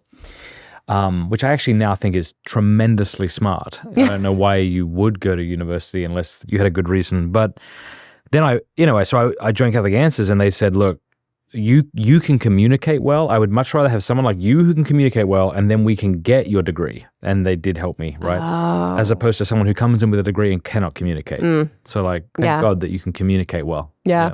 That's such a gift to be able to communicate your thoughts. I think you can't teach that kind of stuff. Like you can learn it over time, but I thought that recently. I drove past one of those. Have you heard of Toastmasters? No. Toastmasters, I believe, is a place where you go to learn how to give public speeches. No way. Oh, like giving a toast. Yeah. Oh. Yeah. Sorry, not like the bread. And I was driving by that and I said to Cameron, I don't know if you can teach that. Like, I think you can get better at public speaking, less terrified of public speaking. And I'm sure if I went there, I might go, oh, okay, that's really helpful. But I don't know. Like part of it is just, I remember asking my friend Chris Stefanik when I started giving talks about his advice. And he said, just go up there and be big, awkward you. I think that's the best advice that anybody could give. Yeah. Honestly. It's the best because I'm like, he's like, don't try to sound like Scott Hahn. Don't try to sound like Jason Everett because that's what we all do, right? We all accidentally imitate people. He's like, just go be big, awkward you. I'm like, oh, I can crush that. Got it. Yeah. Been doing that one my whole life. Exactly. Never thought it would pay off. But to our point earlier about the more general you are, the less interested people are. It's the same thing when you present. It's like you can just be yourself and your own beautiful, awkward you, then this cigar is fantastic, by the way. Yes, I'm shocked at how much I like it. Really? Yeah, so I was hoping you'd thank you to hate your it. good. What's that? I was hoping you'd hate it. I'd be like, Joe, sweetie, you messed up. The Gazette. All right. Yeah, it's this little, so in St. Cloud where we live, it's this little tiny cigar lounge, but it has a little bar. It has these big leather seats. It kind of looks like... Yeah, that's kind of what we were going for here, yeah. And it's just, you walk in and like your eyes start watering. My contacts like dry up immediately because there's just these men who just love to sit and smoke. And so my husband and his friends will go there often. And so I was like, what can I get Matt Fradd of all people? And of course he was like texting his like, hey guys, what should Anna get Matt Fradd? And a resounding cigar. Yeah. So yeah, I tend to get, if people do get me something, it's usually an icon or a cigar. And I'm not complaining. That's really cool. Yeah, it's funny. I like cigar lounges, but my wife can't handle the smell. She likes pipe. Can she smell it on you? Oh, yeah. So I now smoke a pipe in the house, like it doesn't have a smell? She loves the smell of pipe. Oh, okay. She hates the smell of cigar. No way. And she's never told me, she doesn't want me smoking in the house. But she doesn't mind if I smoke out there. But she was like, I'm worried about how many cigars you're smoking. Because I'm smoking like 2 or 3 a day. Oh. And I'm like, fair. That's fair. And so I started smoking a pipe and I didn't like it originally. But the more I've done it, the more I'm liking it. Oh, yeah. And plus being at night, I get to sit in my dressing gown, my kids, and I read them fairy tales and smoke a pipe. It's real fun. Oh, that's great. So that's what I recommend to men. Start with a cigar so your wife hates the smell. And then go to a pipe, which was your actual original plan, and she'll like it. That's great. A little manipulative, but I like it. Actually. I like the more it. I think of it, it's pretty horrible. But yeah, so I would love to, let's just go sit in a cigar lounge, but no, she wouldn't like that smell. No, I do like a drive-by when he's there and, he'll take, my oldest is 12. Yeah. So my oldest, the bike will be in the back seat. He'll go to the cigar lounge and then there's this cool little restaurant right next door. So my husband sits outside the cigar lounge. He watches my son do the cornhole, whatever, then do his bike across the street to the 7-Eleven to get snacks. Yeah. I don't want to dox you, nor do I want you to dox yourself, but do you live in a small town? It has we live right outside Orlando. Okay. So, yeah. Oh my goodness, I'm sure you told me this. I didn't realize you're quite close to us. St. Cloud. Not too far Who's a from real us. saint, by the way. Okay, who is he? I've never looked into him. You're like, I was hoping you should. Every time our priest says something about St. Cloud. Is he French? Your guess is as good as mine, friend. Yeah. Well, I would believe it would just be Cloud. Claude. Saint Cloud. That would be Claude. Okay, sorry. What's cloud? Cloud, like a cloud in the sky. Really? Florida. Let's see. Is it a thing? I'm going to see. You might be making all this up. Imagine. I'm like, you bought it. That'd be so weird. What a loser. Yeah. Like you're not even married. You're not even Catholic. Gotcha. One of the inside scoop. It's thinking. See, it doesn't even believe Oh my you. gosh, imagine. I wish I had my phone here. Do you go to a good parish? Yes. Yeah. Yes. I wish they had more daily mass times. That is my gripe about most parishes. Yeah. Daily mass time cannot be at 9 a.m., okay? 5 in the morning or 10? Literally. I'm at work. Can we get a 7 a.m. Yeah. option and then maybe a 5 p.m. option? I know it's daily mass, whatever. I shouldn't have to wait till I'm 70 if I make it there Yeah. to go to daily mass every day. That's nice that you want to go. We do have a 7 a.m. Oh, you do? Yeah, and it's not far, so I really have no excuse. Oh, yeah. You're close to yours? Yeah. Yeah, we're about 8 minutes from mine. I don't think I would like to live in Orlando. It just sort of seems... It's very... I know you're not in Orlando. Yeah. But it's kind of landlocked, isn't it?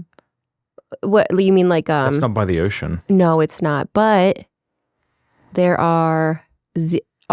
we don't have like our HOI, our homeowners insurance. We don't have that flood insurance. We don't have none of that because by the time a hurricane comes over us, it's like a hurricane category 1. So we don't have any damage. We lose our lights here and there, but our closest beach is 35, 40 minutes. Oh, that's not too bad. I didn't realize that. Central Florida is where you want to be. Okay.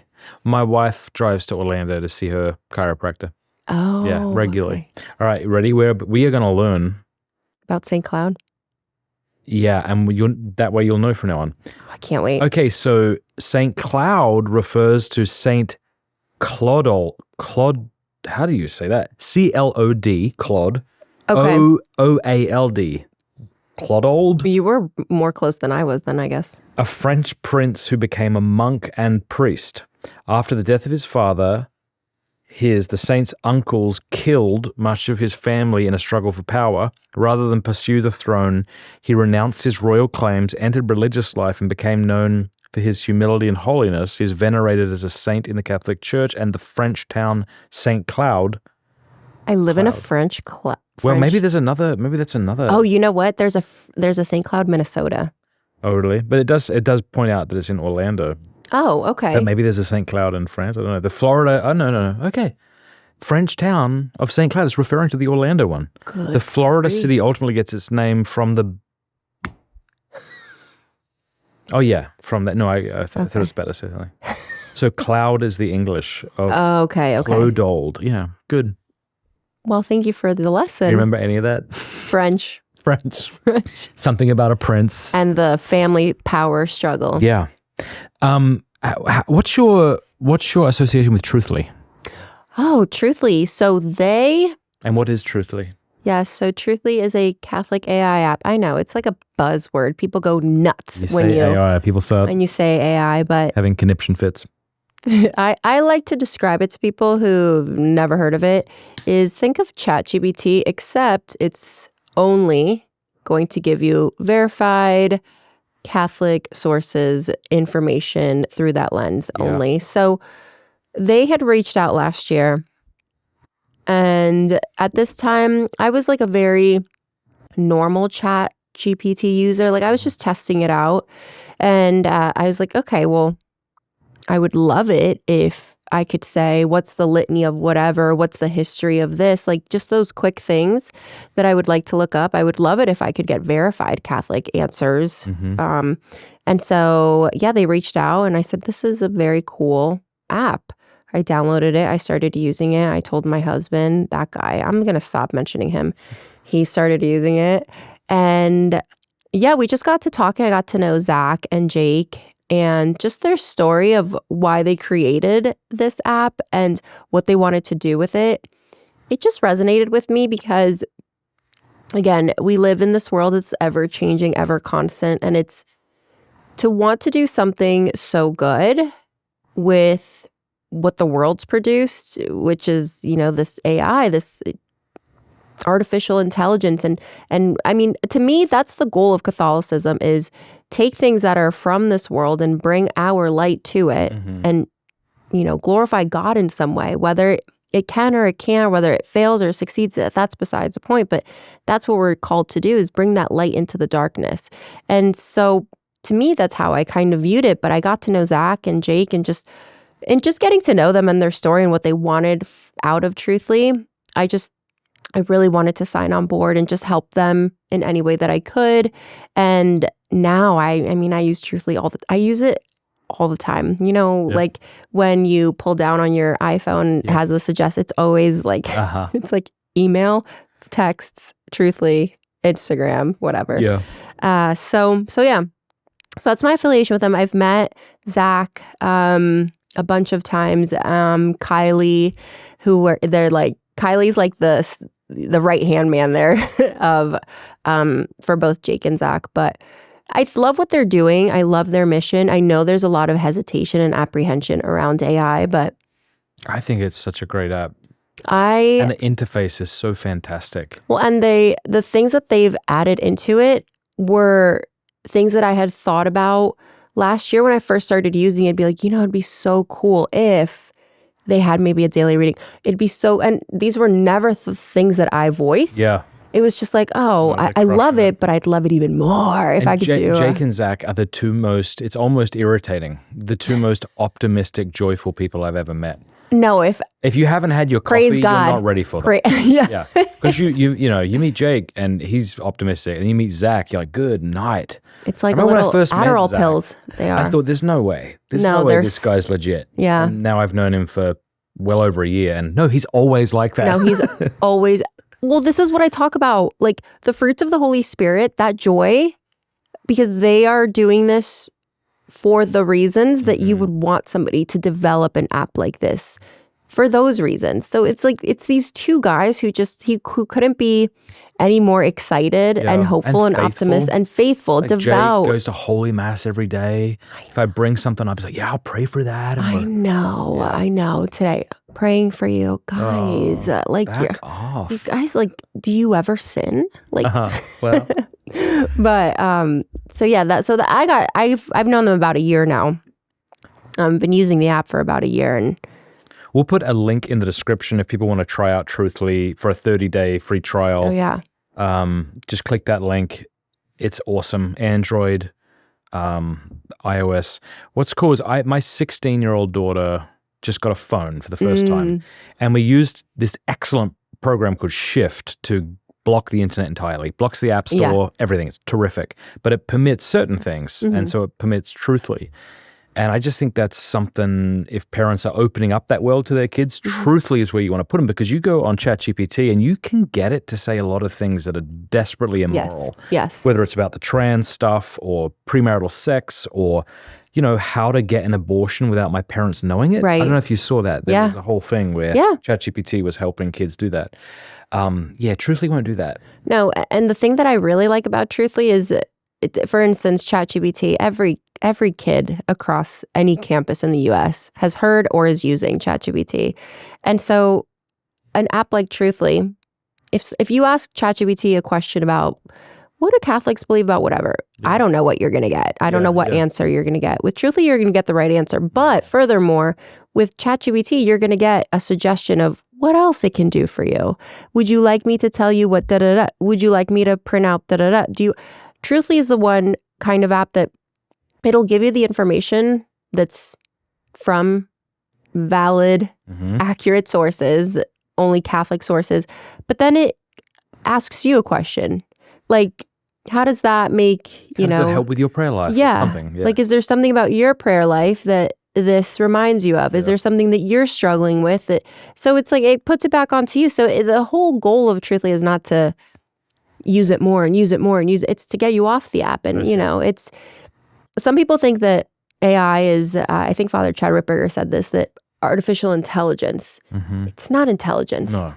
It's a gathering. It's a gathering of like the most wide set plethora, like ocean of information. And it's all right. It's condensed it right here. There are arguments for God that happen in books, and then there are arguments for God that happen when you walk into a cathedral. You've probably had that experience. You step into one of these ancient churches, and for a moment you stop talking, you stop thinking, you just look. Beauty has a way of opening the heart before the mind is even ready to argue. That's why I'm excited about a new documentary called Heaven in Stone and Glass, featuring Bishop Robert Barron. He journeys through 5 of France's greatest Gothic cathedrals, including Notre Dame, Chartres, and other names that I can't pronounce, unpacking the theology hidden in the architecture, the stained glass, and the incredible craftsmanship that has pointed souls toward God for centuries. Whether you're a lifelong Catholic exploring the faith or you simply appreciate beauty, this is the kind of film that's meant to be experienced on the big screen. Heaven in Stone and Glass is in theaters nationwide on September 20th and 23rd. Get your tickets now at heaveninstoneandglass.com. And if your parish or community wants to attend together, visit heaveninstoneandglass.com/group for group reservations. So I want to talk about a company I've talked about in the past, namely Catholic Match, because it encourages intentional dating, not collecting matches.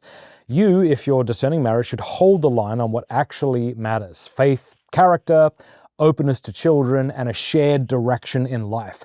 Give a little grace, okay, on the non-essentials like height, hobbies, or the perfect profile picture. The best spouse rarely matches your checklist exactly, and thank God for that. If you are serious about discerning marriage, visit catholicmatch.com and take the first step. It seems to, like, there have been many videos where I will talk about Catholic Match, and then in the comments section, someone will say something like, "I promise I'm not being paid to say this. I met my spouse through Catholic Match." Now, I got married well before apps and smartphones and color television. That's a joke, almost. But if I was single right now with discerning marriage, I would absolutely give this a shot, and I think you should too. Go check out catholicmatch.com today to take the first step, and be sure to download their app. So here is a nugget of advice. Be careful what you feed your mind. We all know that what we watch affects us, what we listen to affects us, but what we read, that shapes us too. If most of your information comes from headlines, think about that. If most of your information comes from headlines, social media, or people who fundamentally misunderstand the Catholic Church, it's no surprise that your perspective will get distorted. That's why I'm grateful for publications like The Catholic Herald, such a beautiful magazine. The Catholic Herald has been covering the life of the Catholic Church since 1888. Over the years, it has features from some of the greatest Catholic writers in history, like G.K. Chesterton, Evelyn Waugh, Monsignor Ronald Knox. Even J.R.R. Tolkien wrote letters to the editor. Today, they're continuing that tradition with thoughtful news, analysis, and opinion on the Church and the world from a traditionally Catholic perspective. No sensationalism, thank goodness. No agenda-driven outrage, just serious writing for serious readers. I have these magazines at my house. They are not only excellent, like the material is excellent and edifying, it's also really beautifully put together. So if you'd like to give the Catholic Herald a try, they're offering my audience 30 days of free access. Just head to thecatholicherald.com. All of this stuff is online as well, of course. And use promo code FRAD at checkout. That's thecatholicherald.com, promo code FRAD for 30 days free. I obviously have some really wonderful people on the show, especially some really brilliant people on the show, like Father Dominic Legg and Trent Horn and others. Yes. And when I've had them on, it's usually after the show is over because I don't want Truthfully to look bad. So I'm like, ask it a question you're pretty convinced it won't get right. And it has got it right every time. Wow. The reason I didn't do it live is in case it didn't. I don't want to make Truthfully look bad. And I'm sure there'll be a time where I'm like, that's false. Actually, the only time I've done that is when it still thought Pope Francis was the Pope. There was like they hadn't updated for like 3 or 4 days. But no, it's really good. And I do these live streams on Daily Wire every Wednesday, and it's really cool because I have Baptists and Mormons who love me, and others, who watch. And I just sent a few books to this one Protestant fella, like the Catechism of the Catholic Church and stuff, but it didn't even occur to me. I should have said, download the Truthfully app. Yeah. Because it's like Catholic answers in your pocket. Yes, it is. That's exactly what it is. And I mean, I know that people are apprehensive, and I've always said I want to make Catholicism cool again, normal. Yeah. It doesn't have to be this heavy-handed, just I love suffering. Like it can also be, there's joy in Catholicism, and I want to showcase that. Not me personally, but I want people to experience that and to show that to the world. And with all of that in mind, it's it's the fullness of truth is how what Catholicism is. So that's how I like to approach everything. So I don't need this staunch anti or pro AI mindset right this moment that I need to tell people right now. Like you can discern things on your own, but if you are thinking about AI in general and you're anti, that's fine. Truthfully may not be for you. If you are somebody who doesn't want to use AI at all, it's a tool. You don't want to use the tool, that's completely fine. There's nothing wrong with that. But if you do want to use it, know what it is. And every college student is using ChatGPT. I would much rather have them be using Truthfully for any of their faith questions. I don't want ChatGPT telling a 20-year-old what Catholicism is or what it isn't or where they can find out more information. And there's a lot of people who aren't ready to pull the trigger of OCIA. Yeah. So what are their options? Okay, go online. Yeah. Google whatever. Maybe put it on Instagram. Guess what you're going to find? Yeah, and you know how they say that, well, I don't know what the saying is, but until you're ready to ask the question, the answer is unhelpful. So fair enough. Like if there's young people out there who just don't care what the Catholic Church teaches, and they're not going to care what the Catholic Church teaches. But it would have been super helpful for me when I was 17. Thought I was better than everybody, knew everything. Yeah. Yeah. No, I completely agree. And it's just why not? Why not take the catechism? And I mean, do you know how to find valid documents from way back when by Pope whoever that's talked about whatever? Written in Latin. It's I think it was your interview with Trent Horn where he was talking about when he kind of first started using the internet. It was this place of discovery. You were discovering things. Now you're being fed things. You have to be, you really have to dig for information. Yes. And half the time it's misinformation. Yeah. So how do you I think just like in the church online, so not the church, but Catholics online, we can end up just reacting to each other the same way they do in politics, So like Trump does something, and so then the left freaks out, and then the left freaks out, and then the right goes in the opposite direction. And I think there's a tendency to do that as well, where it's like, it's just, I think that's what's so tough about social media is rage bait does get rewarded in a way. Yeah. So you tend to get extremes, like whether you're talking about what mass I should go to, what to think about feminism, like you're going to get really, so it's nice to just go, what does the church actually teach about it? Yeah. Yeah. And it's polarizing, the rage bait, and sometimes you participate in it yourself without really, wanting to or setting out to do that. But what's your thought about this? Not just about rage bait, but about, I guess, have there been ways that you've used social media to try to promote the Catholic Church that looking back on, you're like, okay, that was, I think all of us who've been on social media for 5 minutes have said something stupid. Yeah, I've definitely kind of dipped my toe into that. Yeah. I wouldn't say rage baity, but uncharitable approach. Yeah, gosh, that's easy to do. It's so easy. It was in the beginning when I want to defend the church. Because in my head, well, she deserves my allegiance, my loyalty, me defending. And again, I took it to confession, and the priest said, the church was here before you. She will be here after you. That's she doesn't need you to defend her. It's great that you do, but you don't need to. Yeah, the church won't stand or fall because of me. Yeah, you. Yeah. I'm irrelevant in the church standing. But well, I know what you're doing, and I know what you mean, but I'm sure you've also contributed to the conversion of people through your good work.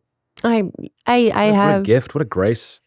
Thank God. It's so undeserving. It's unbelievable when you hear those stories. You played a huge role in my husband, so it's like, and he played a huge role in mine. So it's not only the person that might convert or might. Through it's what they'll then do. Yeah. Cool. So exciting. Really, I credit them all to you then. Take that. Thanks for the cigar. You're welcome for your faith. I'm just joking. Yeah, right. Exactly. Not at all what I meant. But I remember hearing there's a Protestant YouTuber by the name of Ruslan. I don't know if you've Oh, heard of him. yes. I really like him. But people will sometimes accuse him of being too clickbait. And he brought up a good point that I thought was interesting. He said, well, it's kind of, it's an act of humility to learn how a system works and then to use it to bring people in to evangelize them. Now, obviously, you could use that as a justification for Right. doing all sorts of horrible things. But I mean, so long as you're not doing that, like one thing we found out on our channel is whenever we post a breakout or a clip of a long form discussion, like we will do for this one, we always A/B test titles and thumbnails. Okay. And so we'll usually have 3 titles, right? And it'll give you a percentage of how many people are clicking on this title versus this title versus this title. Dude, we unfortunately, the titles that begin with "You don't understand sola scriptura," you don't understand. Oh, they always work. They work. So I'll be looking at the 3 suggested titles, and "You don't understand the Immaculate Conception" is like 63%, and then the other one that's not far off and has a great title has like 22%. So I blame my audience. If you don't like that title, stop clicking on it. Because what am I supposed to do? Right. Just not. Because to be fair, you probably don't understand the Immaculate Conception in the way that Ethan Muse just described it to you, or Trent Horn just described it to you. So it's not a lie. That's true. There is some truth to, I'm sure, all of your titles, but that's a little, what's the term? Click and switch. It's like a little clickbaity to bait and switch them. Bless bait. Yeah, bless bait. Well, you come in and I get some of those comments because sometimes I'll talk about Padre Pio or I'll Father Chad Ripper, whatever it is, and I put them in my thumbnail because I'm. Yes. Well, like, what do you want me to do? You want me to create the most unattractive, no title, right? And no title, no thumbnail, just a black box, right? And I used Padre Pio's picture, but like, I would hope that I didn't actually interview him. Yeah. Like, he's not in the video. And but on the other side, I totally get where they're coming from because I also use YouTube and I also roll my eyes at titles. So I don't blame people for rolling their eyes at my titles. But you'll see like, "What she did next was wild." And you're like, I know that that's not true. Like, and it's all like, hyperbole. Yeah, it's shocking. Yeah. What Jesus said will shock you to your core. It's like, yeah. Will it? Yeah, that's interesting, isn't it? It's just the name of the game. And then what's funny is there's been times I've done interviews and I'm like, let's go the complete opposite direction to see what happens. So I interviewed a little beautiful Dominican nun. Like, what am I going to do? Like, "What she said will blow your mind." So instead, we called it "Just a Lovely Conversation with a Beautiful Nun." That was the title. Oh, wait, was that in like December? Yeah, or January. Yeah. Oh, yeah. I think I watched it. She was so lovely. And we have one clip of her that's had over 3 million views. It's wild. You never know. You don't know. Do you find? Weird. No, I don't know. I sometimes go, "This is gonna go gangbusters," and it doesn't. No, it's all the ones that I don't suspect to do well. And it's not just idiots like me who don't understand how YouTube works. It's like the people in the building next door who are YouTube whizzes. Like, they study YouTube. They know how. Even they sometimes have no clue. No, there's no. The algorithm, there is no algorithm. It's all like that's like my thing. It's like, is it real? I think social media is gaslighting us as a whole. Social media, yeah. Do you think, I asked this question to Gavin Ortland when he was on my show, who I love. I love Gavin. I obviously disagree with Gavin. He's a Protestant apologist, but I think he's a good man. We asked, like, did you ever see that old movie with Gwyneth Paltrow, Sliding Doors? She's heading down. No. It's like she's about to get into the subway. And in one timeline, the door shuts before she gets in. And in another, she makes it. And then it shows you how her life branches out and how different her life becomes because of this one incident. No. Yeah, it's fascinating. I don't know if it's a good movie. I'm not recommending it. But, and you hate movies anyway, so don't worry about watching it. But I said to him, like, how would we be different right now if we never... And that worries me sometimes. I know. That's kind of like a black hole that... Don't want to look at? Yeah. For me, like, black holes in space don't make sense to me. Okay. So they're not real to me. Good. So when things don't, like, I'll look at Joe and I'll be like, black hole. And he knows I'm out of the conversation. I really can't. Well, I guess what I'm talking about is, like, has it made me worse? Am I more vain, more interested in the opinions of people about me, more defensive about their opinions of me? Like, to just be honest, like I went to that Penn State University, right? Yeah. I hadn't traveled and spoke for a long time. It had been about 5 months maybe. And I had just come off like joining the Daily Wire. And so everyone's calling me a Jew. Right. And I've sold out and I'm Judas and I've abandoned the faith, which I knew wasn't true. And it didn't really bother me, but it gets annoying. Yeah. And sometimes when you're not in a good mood, you find it especially annoying. So when I went on this campus, I was like, I wasn't even conscious of it, but I was just expecting smart ass people, you know? Yeah. But everyone was so kind. There wasn't a single one in sight. So I was like ready to go. You had the gloves on. Yeah, ready. totally. I was elbows up and they were like, hey, thank you so much. I'm like, yeah, thanks. Oh, Which of course doesn't mean they agree with everything, but it's just people in real life are often a lot more. So that's my advice for people who are running some kind of online thing is just try to get out, do a meet and greet. Yeah. Because the internet's not real. Yeah. The internet is not real. It is a place that lives on your phone that can go away. And people need to remember that. So if you are, whether you're a viewer, a creator, whatever it is, when you turn it off, like I know sometimes it doesn't go away because the comments live in your head, the thoughts live in your head, but it can go away. Yeah. So make it go away. It's to me, it's not real. Go on. No, I was just gonna say, if I had $1 for every weird comment I've got, people make the weird, I love your content, but you talk with your hands too much and I can't take the message. Lady, then turn your phone upside down. But what's funny is no one would say that in real life. No one would come to your talk and go, hey, I just want to say great talk. I don't like how you talk with your hands. You'd be like, are you autistic? Like, were you nervous? You were using your hands a lot? Why would you ever, Yeah. Yeah, I had my mate, John Henry Spann, best friend. He was on my show and he told me that someone left a comment that has lived rent-free in his head for 2 years. Oh, no. And the comment was, this guy looks one ham sandwich away from a heart attack. He's like, damn it. I can't let that one go. If that one would sit with me too. Yeah. My comments are always about my eyebrows. Yeah. I don't know, guys. They're sisters. Really? What do they say? That they're distracting. Oh, really? Why? Yeah. Everything I do is distracting. Do they move too much? Yeah, when I talk, like this one goes higher and this one. I'm like, what do you want from me? I never noticed. But send me a video of you, and me and my husband will critique your I'll let you know what you should. Yeah, exactly. But it's so interesting because the people that make those kinds of comments, and sometimes it'll like someone was like, someone asked me on my last video, are you pregnant? Oh what? My gosh. And I wanted to be like, I wish. But I just said, no, I'm not. Yeah. But wild. If you come across content like yours, like mine, not comparing the two, but just faith content in general, that means that you had to have engaged with it at some. I don't just randomly come across, someone. So it's like, half the time they follow. Yes. Why are you following if you? And then there was a time recently I did a photo with the Patriarch of Constantinople recently in Lithuania, and I posted it, and I was just waiting for people to be angry, right? Because he's Orthodox. I'm like, just waiting. And so someone commented, and he might be watching, so hi. What's with bishops' hats? Because there was also like Catholic bishops. Oh. What's with bishops' hats and Jews' hats? Is that just a coincidence? And I was like, you bastard, right? Like I was like, because it's the Jew thing, and I'm dealing with PTSD. Ready. So I wrote back and I said something and I meant it, but I was like, look, I know that the internet can be, this is what I wrote. I was like giving him a lecture.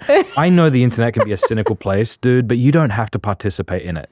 So like it could have been much worse. Like that's a fair...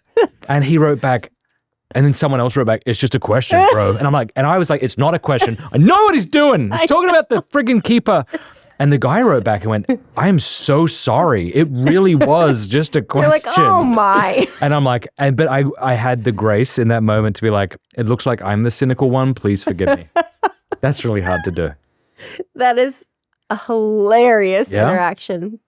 Yeah. I think it's good just to kind of assume that everyone's joking. Because someone the other day, it's wild. It's not just wild the comments people post, but it's wild the responses, the awful, uncharitable responses that come from my head. Someone's like, you guys both look like boomers. And I was like, you son of a bitch. I know that, but you don't have to say that. And so I wanted to respond, have you seen your profile? Like something stupid. And of course I didn't. No, right. So instead I just wrote back, okay. And he wrote back, I'm sorry if that sounded weird. I love you guys. I also look like, and I'm like, why do I? No, every The secret time. is to take everything as a joke. That's actually perfect advice. Take everything as a joke and respond Because to it. often it is. Yeah. Like I had Peter Kraft on and someone said, it's Dr. Peter Kraft, show some respect. But he spelled respect R-E-S-P-E-K-T. And so I just let it go and someone else was getting upset with him. He's like, dude, it was a joke. But I'm like, it's not his fault for not knowing it's a joke. Text is tone deaf. Yes. Yeah. Well, that's a much more fun way to live, is taking it as a joke. That if you would have asked, my approach is completely different. Yeah. Are you pregnant? Yeah. What? Yeah. LOL. I don't know how to take that as a joke, but yeah.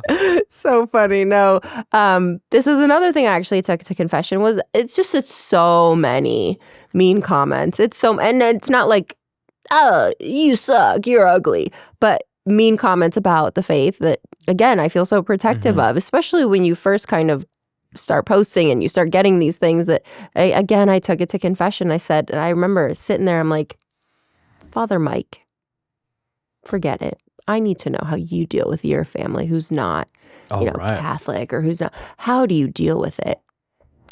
Like completely just. I want to understand you. Are you saying like what? How good is your advice? You're not dealing with, is that No, what like how do you deal with people who don't believe what you believe, but then judge you for what you believe or misrepresent? What was the Father Mike bit? I missed that. Oh, I'm sorry.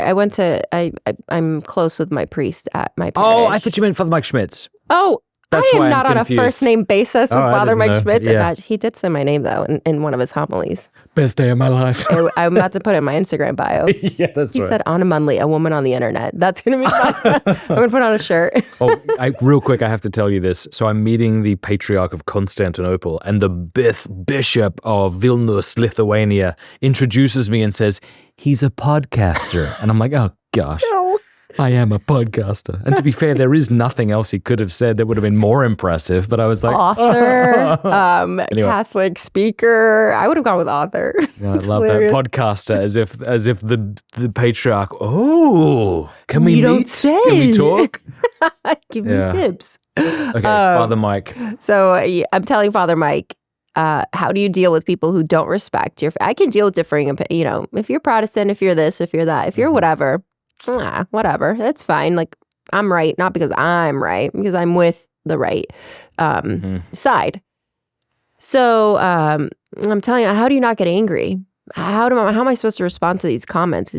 They're eating me up inside.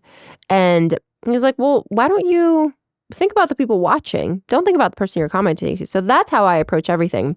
Like, I'm going to respond to this comment that's clearly not asked in good faith, that's clearly misrepresenting our faith. And I'll respond to it for all the people watching who may be like, I guess that is what Catholics believe. It's like, no, actually, that's not what we believe because of X, Y, Z. Yeah.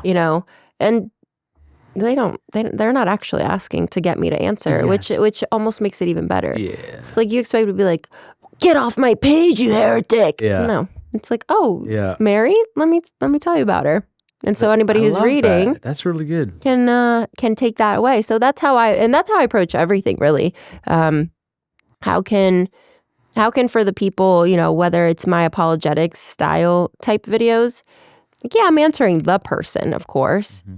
They're not listening to anything I say. They're not. So I'm going to respond for their followers or my followers who saw it and maybe have questions about it. So it's... Do you find that there is truth to YouTube being a male-dominated platform? I think so. Is it? Yeah, I think so. Men have, forgive me, men have natural authority. They just do. They command Yes. authority. Right. And it's just in their presence and the way they speak. But so why would that? Because, I mean... How does that apply to YouTube? Because I was about to say, I think Instagram is probably female-dominated, is it? Or I don't think in the... Let's do it again. Chat it. Chat it up now. I'll take my next sip of wine. There are more females than males. I could have asked this in a much more... There are no male, influencers. What does that mean? Well, that I know of. Yes, but only slightly. Recent estimates on Instagram's global user base, women making up 50 to 55. Oh, okay. What about, okay, that's interesting. What about YouTube? Definitely male. Yeah. Because I had a woman reach out to me who was trying to build a channel, and I said, and she was having no luck on YouTube. Well, not as much luck as she would have liked. And she was great. And I said, well, why don't you just try on Instagram? Because it seems like you've got stuff. Globally, YouTube skews slightly male. Isn't that really interesting? Wow. 54% male, 46% female, yeah. So yeah. really. I mean, when you're making videos and you're speaking, I mean, automatically, when you're talking about anything, like, you're more likely than not going to be looked at as an expert, whether you are or you're not. Yeah. If you're speaking on something and it's not, just like a little story time telling, something about your personal life. If you're speaking about a topic, there's this level of authority and kind of expertise that's kind of built into it. Yeah. And so for me, that's why I think men have more success in that area, because even you could agree with it or not, but that's just how. Okay. Also, men like to argue and be, they're like fighting. And I think men arguing is way different than women arguing. Yeah. Isn't that funny? I would much rather watch men arguing. When I see like my husband, and even if it's like a friend going back and forth about something, it's less shrill. Yeah, it's so maybe more aggressive in a way that's not pleasant, but less shrill. But it's not emotional. It's not dramatic. It's not. It's very. I can think of at least 4 very emotional male YouTubers who will go unnamed, but that's okay. Yeah. I can too, actually. So what kind of what's your plan? For I don't know, your channel. Do you have a plan? I don't have a plan. Do you wake up every day and think of a new thing to post, or? Yeah, so for the sake, I try to do like themes. I love themes. Which they don't like perform the best, but this is an 832 part series on literally day 1. The themes don't perform the best, but I just feel like that's what I want to do. Is I want to create this like, okay, you're Catholic, now what? Like that's what I want to do. Like somebody either converts, reverts, whatever it may be. It's like, okay, now what? So that's what I want them to be able to find on my channel. Like now what? Praying the rosary, like why or how, and not just this like rage baity, like let me debunk all this, let me react to all these videos. Like I want it to be true value that can be used in 10 years from now. But I don't know what that looks like. I don't know where it'll go. If the Lord allows me to continue it. Have you done a video on how to come up with a prayer rule, or like a prayer life? Yeah, but like an actual every day I do X, Y, Z. No. There you go. Thank you. You don't have to, but how did you do that? How did you develop a prayer? My husband, that guy, like bloody guy. We should have had a counter. We should every time he time you mention Joe or your husband. No, he used to do the Angelus. I'm like, you're so intense. Yeah. Who cares? The church. Literally. Whatever. But yeah, and now it's funny because when we were on vacation a couple weeks ago, and I was like, yeah, I'm gonna go pray the rosary. The kids, I forget what the kids were doing, but I was like, I'm gonna sneak out and go pray the rosary. He's like, oh my gosh, I haven't prayed in a week, and I'm like, well, I'm gonna go do mine. Yeah. But it's to have a marriage like that, where it's so complementary, I think is it's really helped my spiritual life. I can't really speak to but I do like, when I do videos on certain saints or whatever, I'll be like, did you know that da da da? He'd be like, no, I didn't know. You're welcome. So. Yeah, I don't know. I'm sure there's all sorts of reasons why the man should be initiating the prayer life of his family. But one of those reasons that's, I think, practical is there's something you shouldn't make your wife be the one instigating things that the children are going to push back against. I mean, I don't mean to assume that they're going to push back against it, but it's sort of like discipline. Like I should want to discipline my children, not saying that my wife doesn't, but I should want to be the unpopular one and not make her do that. Like, could you please talk to my son? Like, that's so lame. And so whenever I come here for like a week, a month to do these recordings, my wife will, they she's like, we got a decade in. We got a decade in tonight, you know. But when I'm there, I'm like, get up, sit down, here we go. And we definitely do it. It's probably a temperament thing too. Yeah. She's a bit more loosey-goosey. But in a way that I need. Right. Because I'm melancholic and it'd be awful if I was with someone like me. I'm very, it's so funny. Someone like you. What I mean is like, I'm very... I'm very like, I think I'm hard on myself, and if I fail at something, I kind of, I gotta get this right. Come on, let's, whereas Kim's like, it's fine. Like you did it in bed and fell asleep. That'll count. Like that kind of thing. Yeah. And she's not wrong, I guess. I don't know. Maybe she needs me to make her a bit more. Yeah, it's a little give and take, give and take. Yeah. I'm my husband sometimes calls me like a nervous bird. Like I'm like turkeys when they're going to get at Thanksgiving. Is he more chill? Like, yes. Nice. And it's great because he kind of gives me that peace that I just kind of don't have innately in myself. I love how you talk about your husband, by the way. Oh. It's very beautiful. Oh, I'm so glad. It's taken it's interesting because I don't consider myself, feminist, anti-feminist. I just can I just love my husband and my children? I like spending. You have to take a side and start yelling at somebody. Yeah, I want to live in peace and harmony, and my husband is that peace and harmony, and he leads us to the peace that is in our faith. And I have found my like your book, my refuge in my faith, and I wouldn't trade my faith for anything. If it was between another baby and your faith, I'm not trading it. Yeah. Whatever it is, like my solace, everything flows from my faith, but he's the one who got me to that point. And without him, I'd be in a cult, probably. Who knows? What's that line from The Office where Creed's like, you have more fun as a follower. Yeah. You make more money as a leader. I don't know if you ever. Yeah. It was filmed in Scranton. That's where my husband's family's from. Oh, really? Yeah. I went to Scranton and You gave did? a talk there. Yeah. And then they said, do you want to go to, is it Poor Richard's? Is that the name of the pub? Oh, gosh. There's like 80 pubs because it's full of Irish people. That's true. But I think it's Poor Richard's. Let's go with that. In the show, right? And I'm like, I would love that. So there is a Poor Richard's in Scranton, but it's not the Poor Richard's in the show. It's like false Because advertising. they film it in California. They filmed it in California. Gosh. False advertising. So I went there and I'm like, this says not it. And it was attached to a bowling alley. I was very disappointed. Oh, that's a killing of a dream. Mm-hmm. Yeah. We were so excited for that. Yeah, we've been to Scranton. They have a great St. Patrick's Day parade. Yeah. Fantastic. Did you say your folks, your birth parents are from Venezuela? I was born there, but my birth parents are from Syria.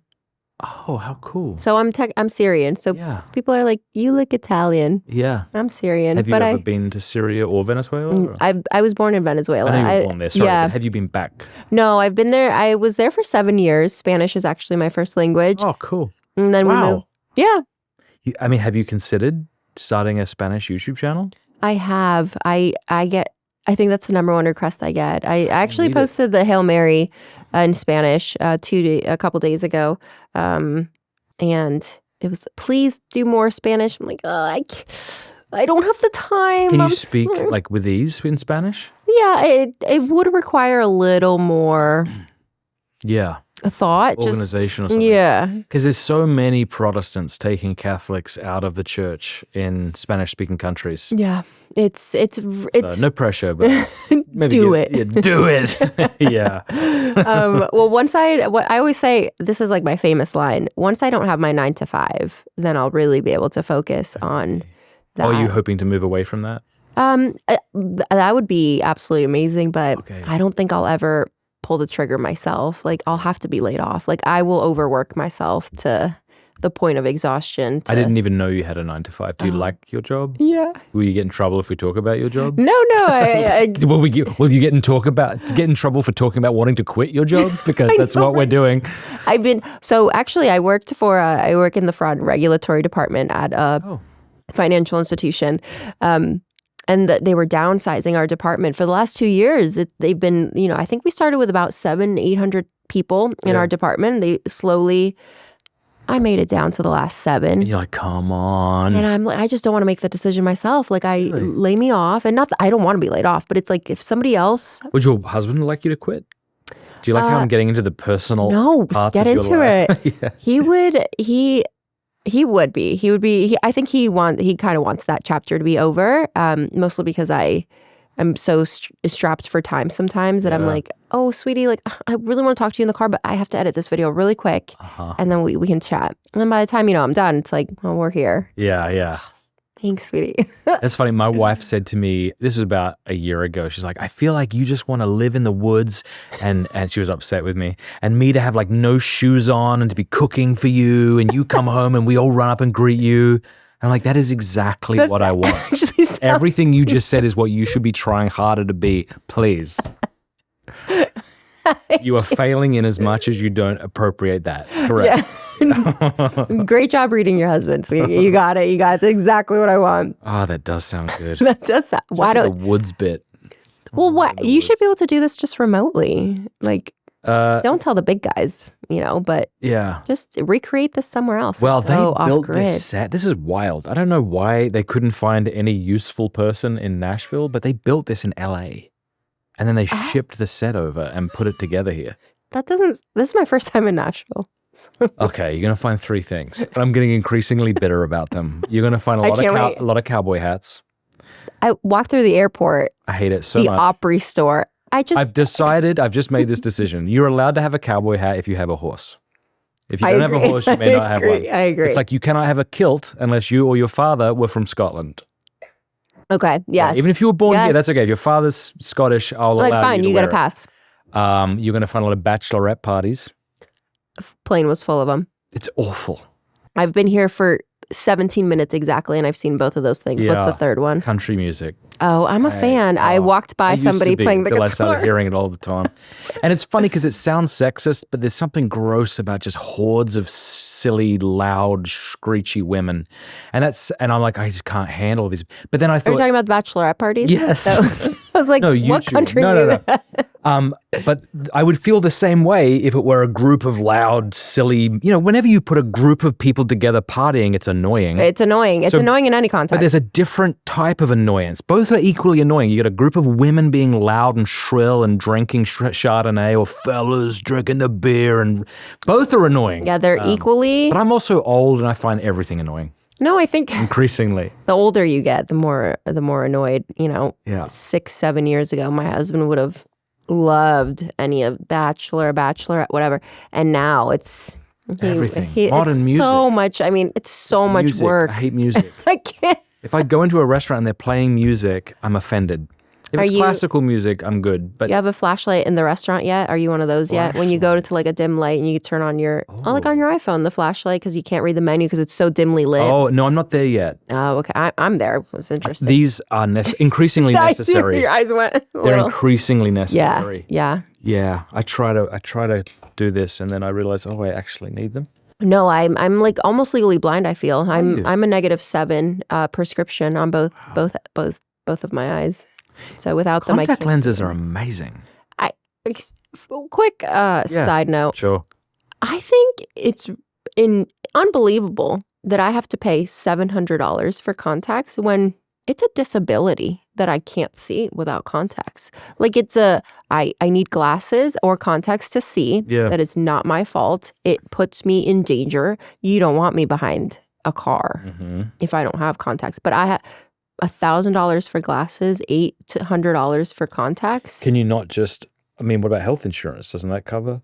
Yeah, I have a great health insurance that covers like this 15% blah, blah, What blah. do you want? People just to give you stuff for free? Yes. Because you're disabled? Like, sorry, Correct. I can't see. God made my eyes all blurry. It's, it's so, that's like my biggest pet peeve. Have you been like this, having to pay for things that people have to make for you? That I don't get free stuff, Matt. Yeah, that bothers me. It's the eye. It's so expensive. It's so expensive. Are they easy to lose? We've reached the bottom of the barrel of the interview. Everyone knows that. We are scraping the bottom. This is my second glass of wine. Well, that's where you'll get my real hot takes. And let me tell you about contacts. About my husband, Joe. I remember being in a plane once. I had those 2 little ear pods in, and they were kind of expensive. They were like the Boss ear pods, so I was trying to treat them really well. But as we were taking off, it dropped and rolled, and I'm like, oh no. I'm too prideful to have to go to, excuse me. Do you have can you look for a little black thing? No way. So I'm like, oh, well, I'll never have them I'd again. go to the bathroom and just look down. If I didn't see it, they're gone forever. Your contact lenses. Yeah. Is that what you mean? Oh, I meant your You ear. meant that. But also, I've never lost contact my lenses are invisible. They don't pop out, like, unless you take them out. I've never had one just fall out. Yeah, but so when you take them off, is it like old ladies' fake teeth where you put them in a glass of water? What do you do? They're in these little cups in my Oh yeah, like I've seen contact. them. Yeah. Yeah. You don't wear contacts when you wear glasses? I need these primarily for reading. Oh, okay. But I'm getting to the point where things are way so these are not bifocals but progressive. Yes, yeah. We're like Okay, another question that I'm actually interested in. It sounds like I'm just trying to kill time, but I actually am interested. I Have you ever used contacts with different colors in them? No. Is that a thing people still do? That is a thing. Yeah. I when I was younger, I begged my mom, like, please let me have blue eyes. She's like, no. Yeah. Absolutely No one will not. believe you. But no, you can always tell now. I mean, well, now they're probably a little more natural, but I've never used them. But I feel like contacts change my color, like, because they have a light, like, hue to them. Okay. Like, you can see the little. Yeah. So I feel like, I don't know. So when you look at a contact lens that, let's say, is going to pretend you have blue eyes, is there just like, does it look like that? Does it look like a blue eyeball? No, it just looks like this little plastic dome with a little blue. That's what I mean. Yeah. Yeah. Just a little, but it's a very light blue. Yeah, I It's can't think of circular. anything more gross than having to stick those things into my eyes. And Oh, I could do it with my, I was going to say eyes closed, but that wouldn't work. I could do it upside down. It's just like, I don't need water. I just, and they're out. But it's insane. It's weird. So. Well, what else should we talk about as we wrap up? I'll have one more drink and then Okay. we'll, it's a great sound. It's great. I wonder will people know that if I serve myself like a little half more of wine? Because Who cares? I had 2. It's up to you. I mean, we have, or you have the Joe counter and the wine counter. You know? Should. I wish I had an editor that was so devoted that we could do a joke counter. I credit my husband. Yeah. I have to shout him out. My husband. That guy. I'm gonna stop mentioning him. My husband. Joe. Husband Joe. So what do you have planned when you get back? Well, I land pretty late tonight. Me too. Yeah. And then, it's You going into Father's Day. Orlando? Oh yeah. Sunday. What are you doing for Joe? Listen, we're flying back to Florida. I feel like it's not your responsibility. It's It's your not. kids. Yeah. What am I doing for Joe? I dedicated a whole podcast to How him. about give birth to his children? Yeah. Okay. Right. You're welcome. I mentioned him 100 dedicated times. a show. You're Like, welcome. Oh, his name will probably be in the title, so you're Yeah, welcome. Happy yeah. Father's Day. That's it. But no, we're flying back to Florida on Is Sunday. he here? In Pennsylvania? Is Joe here? Not in Nashville. Oh, well, you said we're flying back. I thought you meant you were flying back to Oh, Florida. we're visiting family in Pennsylvania. So Okay. I flew from Pennsylvania to here. I see. And then you're Yeah. going back to Pennsylvania. I'm going back to Pennsylvania tonight and then on Sunday back down to Florida. We are really getting into the minutia of things that no one watching cares about anymore. I wonder if this means it's because we like are friends now or because it's just like not that interesting to sit down together. Yeah, but I actually find this really interesting. Again, I'm a weird introvert who finds weird things interesting. Well, don't be surprised if the views like tank it, you know, Yeah. the retention or whatever. Yeah. Whatever minute this is. this everyone's is, I'm going to go in the back end. It's just going to be a steep vertical. That's enough, guys. But yeah, that's all. I wish I had questions for you. Well, I'll go on. Think of one. Well, what's next for Pints? You just did your 10-year anniversary. How long are you going to do this, do you think? Well, that's what I was thinking before I joined Daily Wire. I'm like, do I have to keep doing this forever? Like you're like the patriarch or whatever Yeah. announcer said, you're a podcaster. So now what? That's it for life? I don't know. I really enjoy it. Yeah. You know, I actually, as opposed to having to pretend to enjoy it, Yeah. but I actually, and especially coming over to the Daily Wire where all of the minutia and difficult parts of like uploading and figuring out how to make the video live on Spotify and thumbnails and everything. I don't worry about that That's anymore. actually my That's like, I hate that. Yes. I hate that I hated part. it too. I was close to being like, can I do something else? Yeah. So when they offered the job and just said, you keep doing exactly what you're doing, we'll take care of the rest, and then we will milk you for as much money as we can milk you. I was like, sign me up. sign me up. I have nipples. Can you milk me, Greg? Greg? Was that Greg? We should stop soon. Yeah. Well, Was it Greg? Did you ever watch Meet the Parents? Again, not a movie I'm recommending. I'm not a movie watcher, right. Matt. God, this interview What's the best movie you've ever sucks. watched? I know. He doesn't listen. He thought I was someone else. You know what? My favorite movie, A Beautiful Mind. Oh, yeah. Yeah, I remember that. Such a good one with I remember Russell being Crowe. so blown away. Yeah. I was in the theater watching that. Me too. Yeah. Insane. But that's it. You remember did you ever watch, I'm going to say 5 more movies and you're going to be like, I told you. I See Dead People, that movie. I was just going to say my second favorite is The Sixth Sense, and I don't like horror movies, but I love those plot twists. Yeah. Unbelievable. That gave blew me nightmares. everyone away. But see, once that's a public famous movie, you can never do that again. Everyone's going to know. You can't. Yeah. Like if we watched that today and had never watched it in the past, Yes, we would have been like, okay, I'm pretty sure he's dead. Yeah. No, it's ruined now, and it's not a movie that you can be like, oh my gosh, let's watch The Sixth Sense together. Exactly. I already know what happens. Yeah. So I watched a movie which I want to tell everyone about. It's called Exit 8. I was on the flight coming back from Lithuania. And oh my gosh, what a flex. Yeah. Lithuania. Yeah, hanging out. And I'm like, what's this movie? It's the Japanese or Korean? I don't know. Same thing. You know, they all look the same. And Clip that. make that a short. It was fantastic. I would recommend it to everybody. Exit 8. It was it's horror, but it's not the kind of awful horror. It's more strange horror. All right, now I need to see. You know, Exit 8, Korean or Japanese or something. Let's see. Okay, is it? It's called Exit 8. Please watch it. Everybody go watch this movie. horror. Listen, wait, I want to ask you. Okay, Exit 8. The plug is good. Okay. No, but I want to see if it's from Japan We or plugged not. it. Oh yeah, now you need to confirm. Japanese, see? Well, you guessed all of them. Korean, Japanese, Indonesian. I got it right. Sure, the fourth suggestion. I know this is your platform in your interview, but Where do you get off? What? you said I'm on the rise. What I wanted to ask what your opinion was on the Monsignor Rossetti. Oh, Because you're talking about horror and Yeah. like you love horror films. I heard, I don't know, I haven't looked into it. I saw that he was kicked out of being the exorcist. Yeah, he was. from- He was pretty much like forced to resign, and because of his comments on aliens or something? that he believes that some of them are Demonic? demonic. Do you know, I haven't looked into it, so maybe if I did, I'd have a stronger opinion. Yeah. I'm not afraid of having a strong opinion on that. I just don't know enough. But I will say this, having worked in this company and having seen what people say about people in this company and me, Oh yeah. and knowing from the inside that those comments are completely wrong, Hmm. it's made me kind of skeptical of narratives now around things. Yeah. Yeah. So like, let's say the narrative, he was fired because of his comments on aliens. Right. I'd even hold that. I mean, maybe. It's like, is that why though? Yeah, like right. if they said that, Right. like if whoever. You need the confirmation. But I of think that. people like stories, and sometimes those stories are way off base. So I don't know anything about it. Do you have an opinion? Obviously. No, yeah, I'm like Team Rossetti on this one.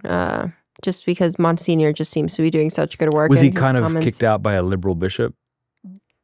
Well, then I'm probably on his side. Yeah. Yeah. So yeah, I just wanted to ask about that just because sometimes, what's interesting about the internet and just being on social media in general is that sometimes people, they demand you to have strong opinions about Yeah. Oh, take certain gosh. stances. I And know. sometimes I'm like, you don't actually want my opinion. You just want me to share your opinion. You want me to 100% true. and I don't like that. I don't like to be pigeonholed into speak up about this, speak up about that, speak up. No, 100%. Because when I joined Daily Wire, I said I don't want to be political. Yeah. But then sometimes there are things that intersect with politics. Like, Yeah.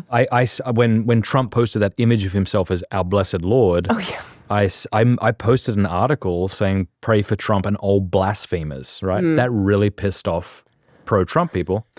And then there was another point. I think I said, why Ted Cruz is wrong about Christian Zionism, and that pissed off another. Oh yeah. Like those are Christian-y things. So sometimes I have opinions, but most of the time it's not that, oh, you don't want to hear my opinion. It's more like it's so ignorant that I would just sound like everyone else on the internet if I was to share it. So why would I?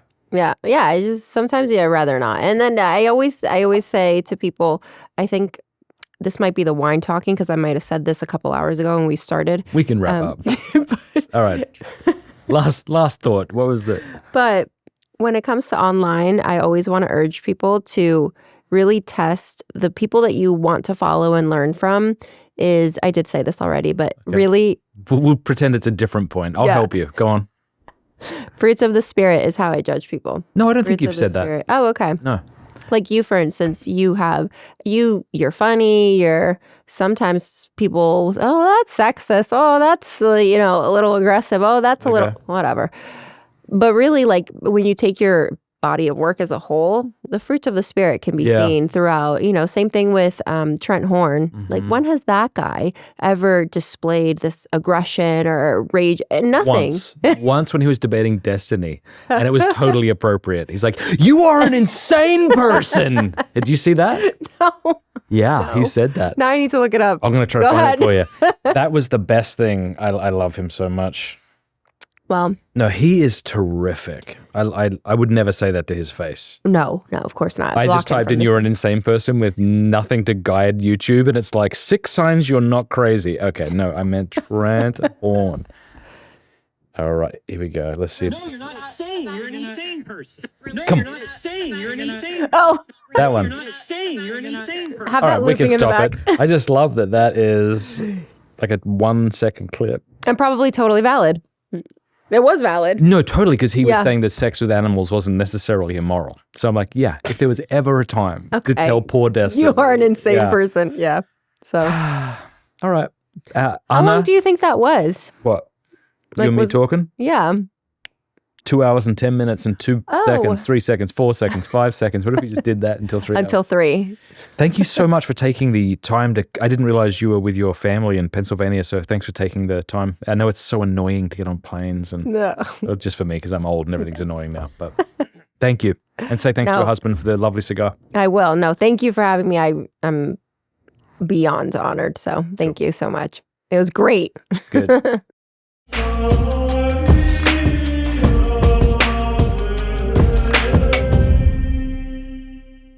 So if you've made it this far, I'm willing to bet that you don't hate what you're watching.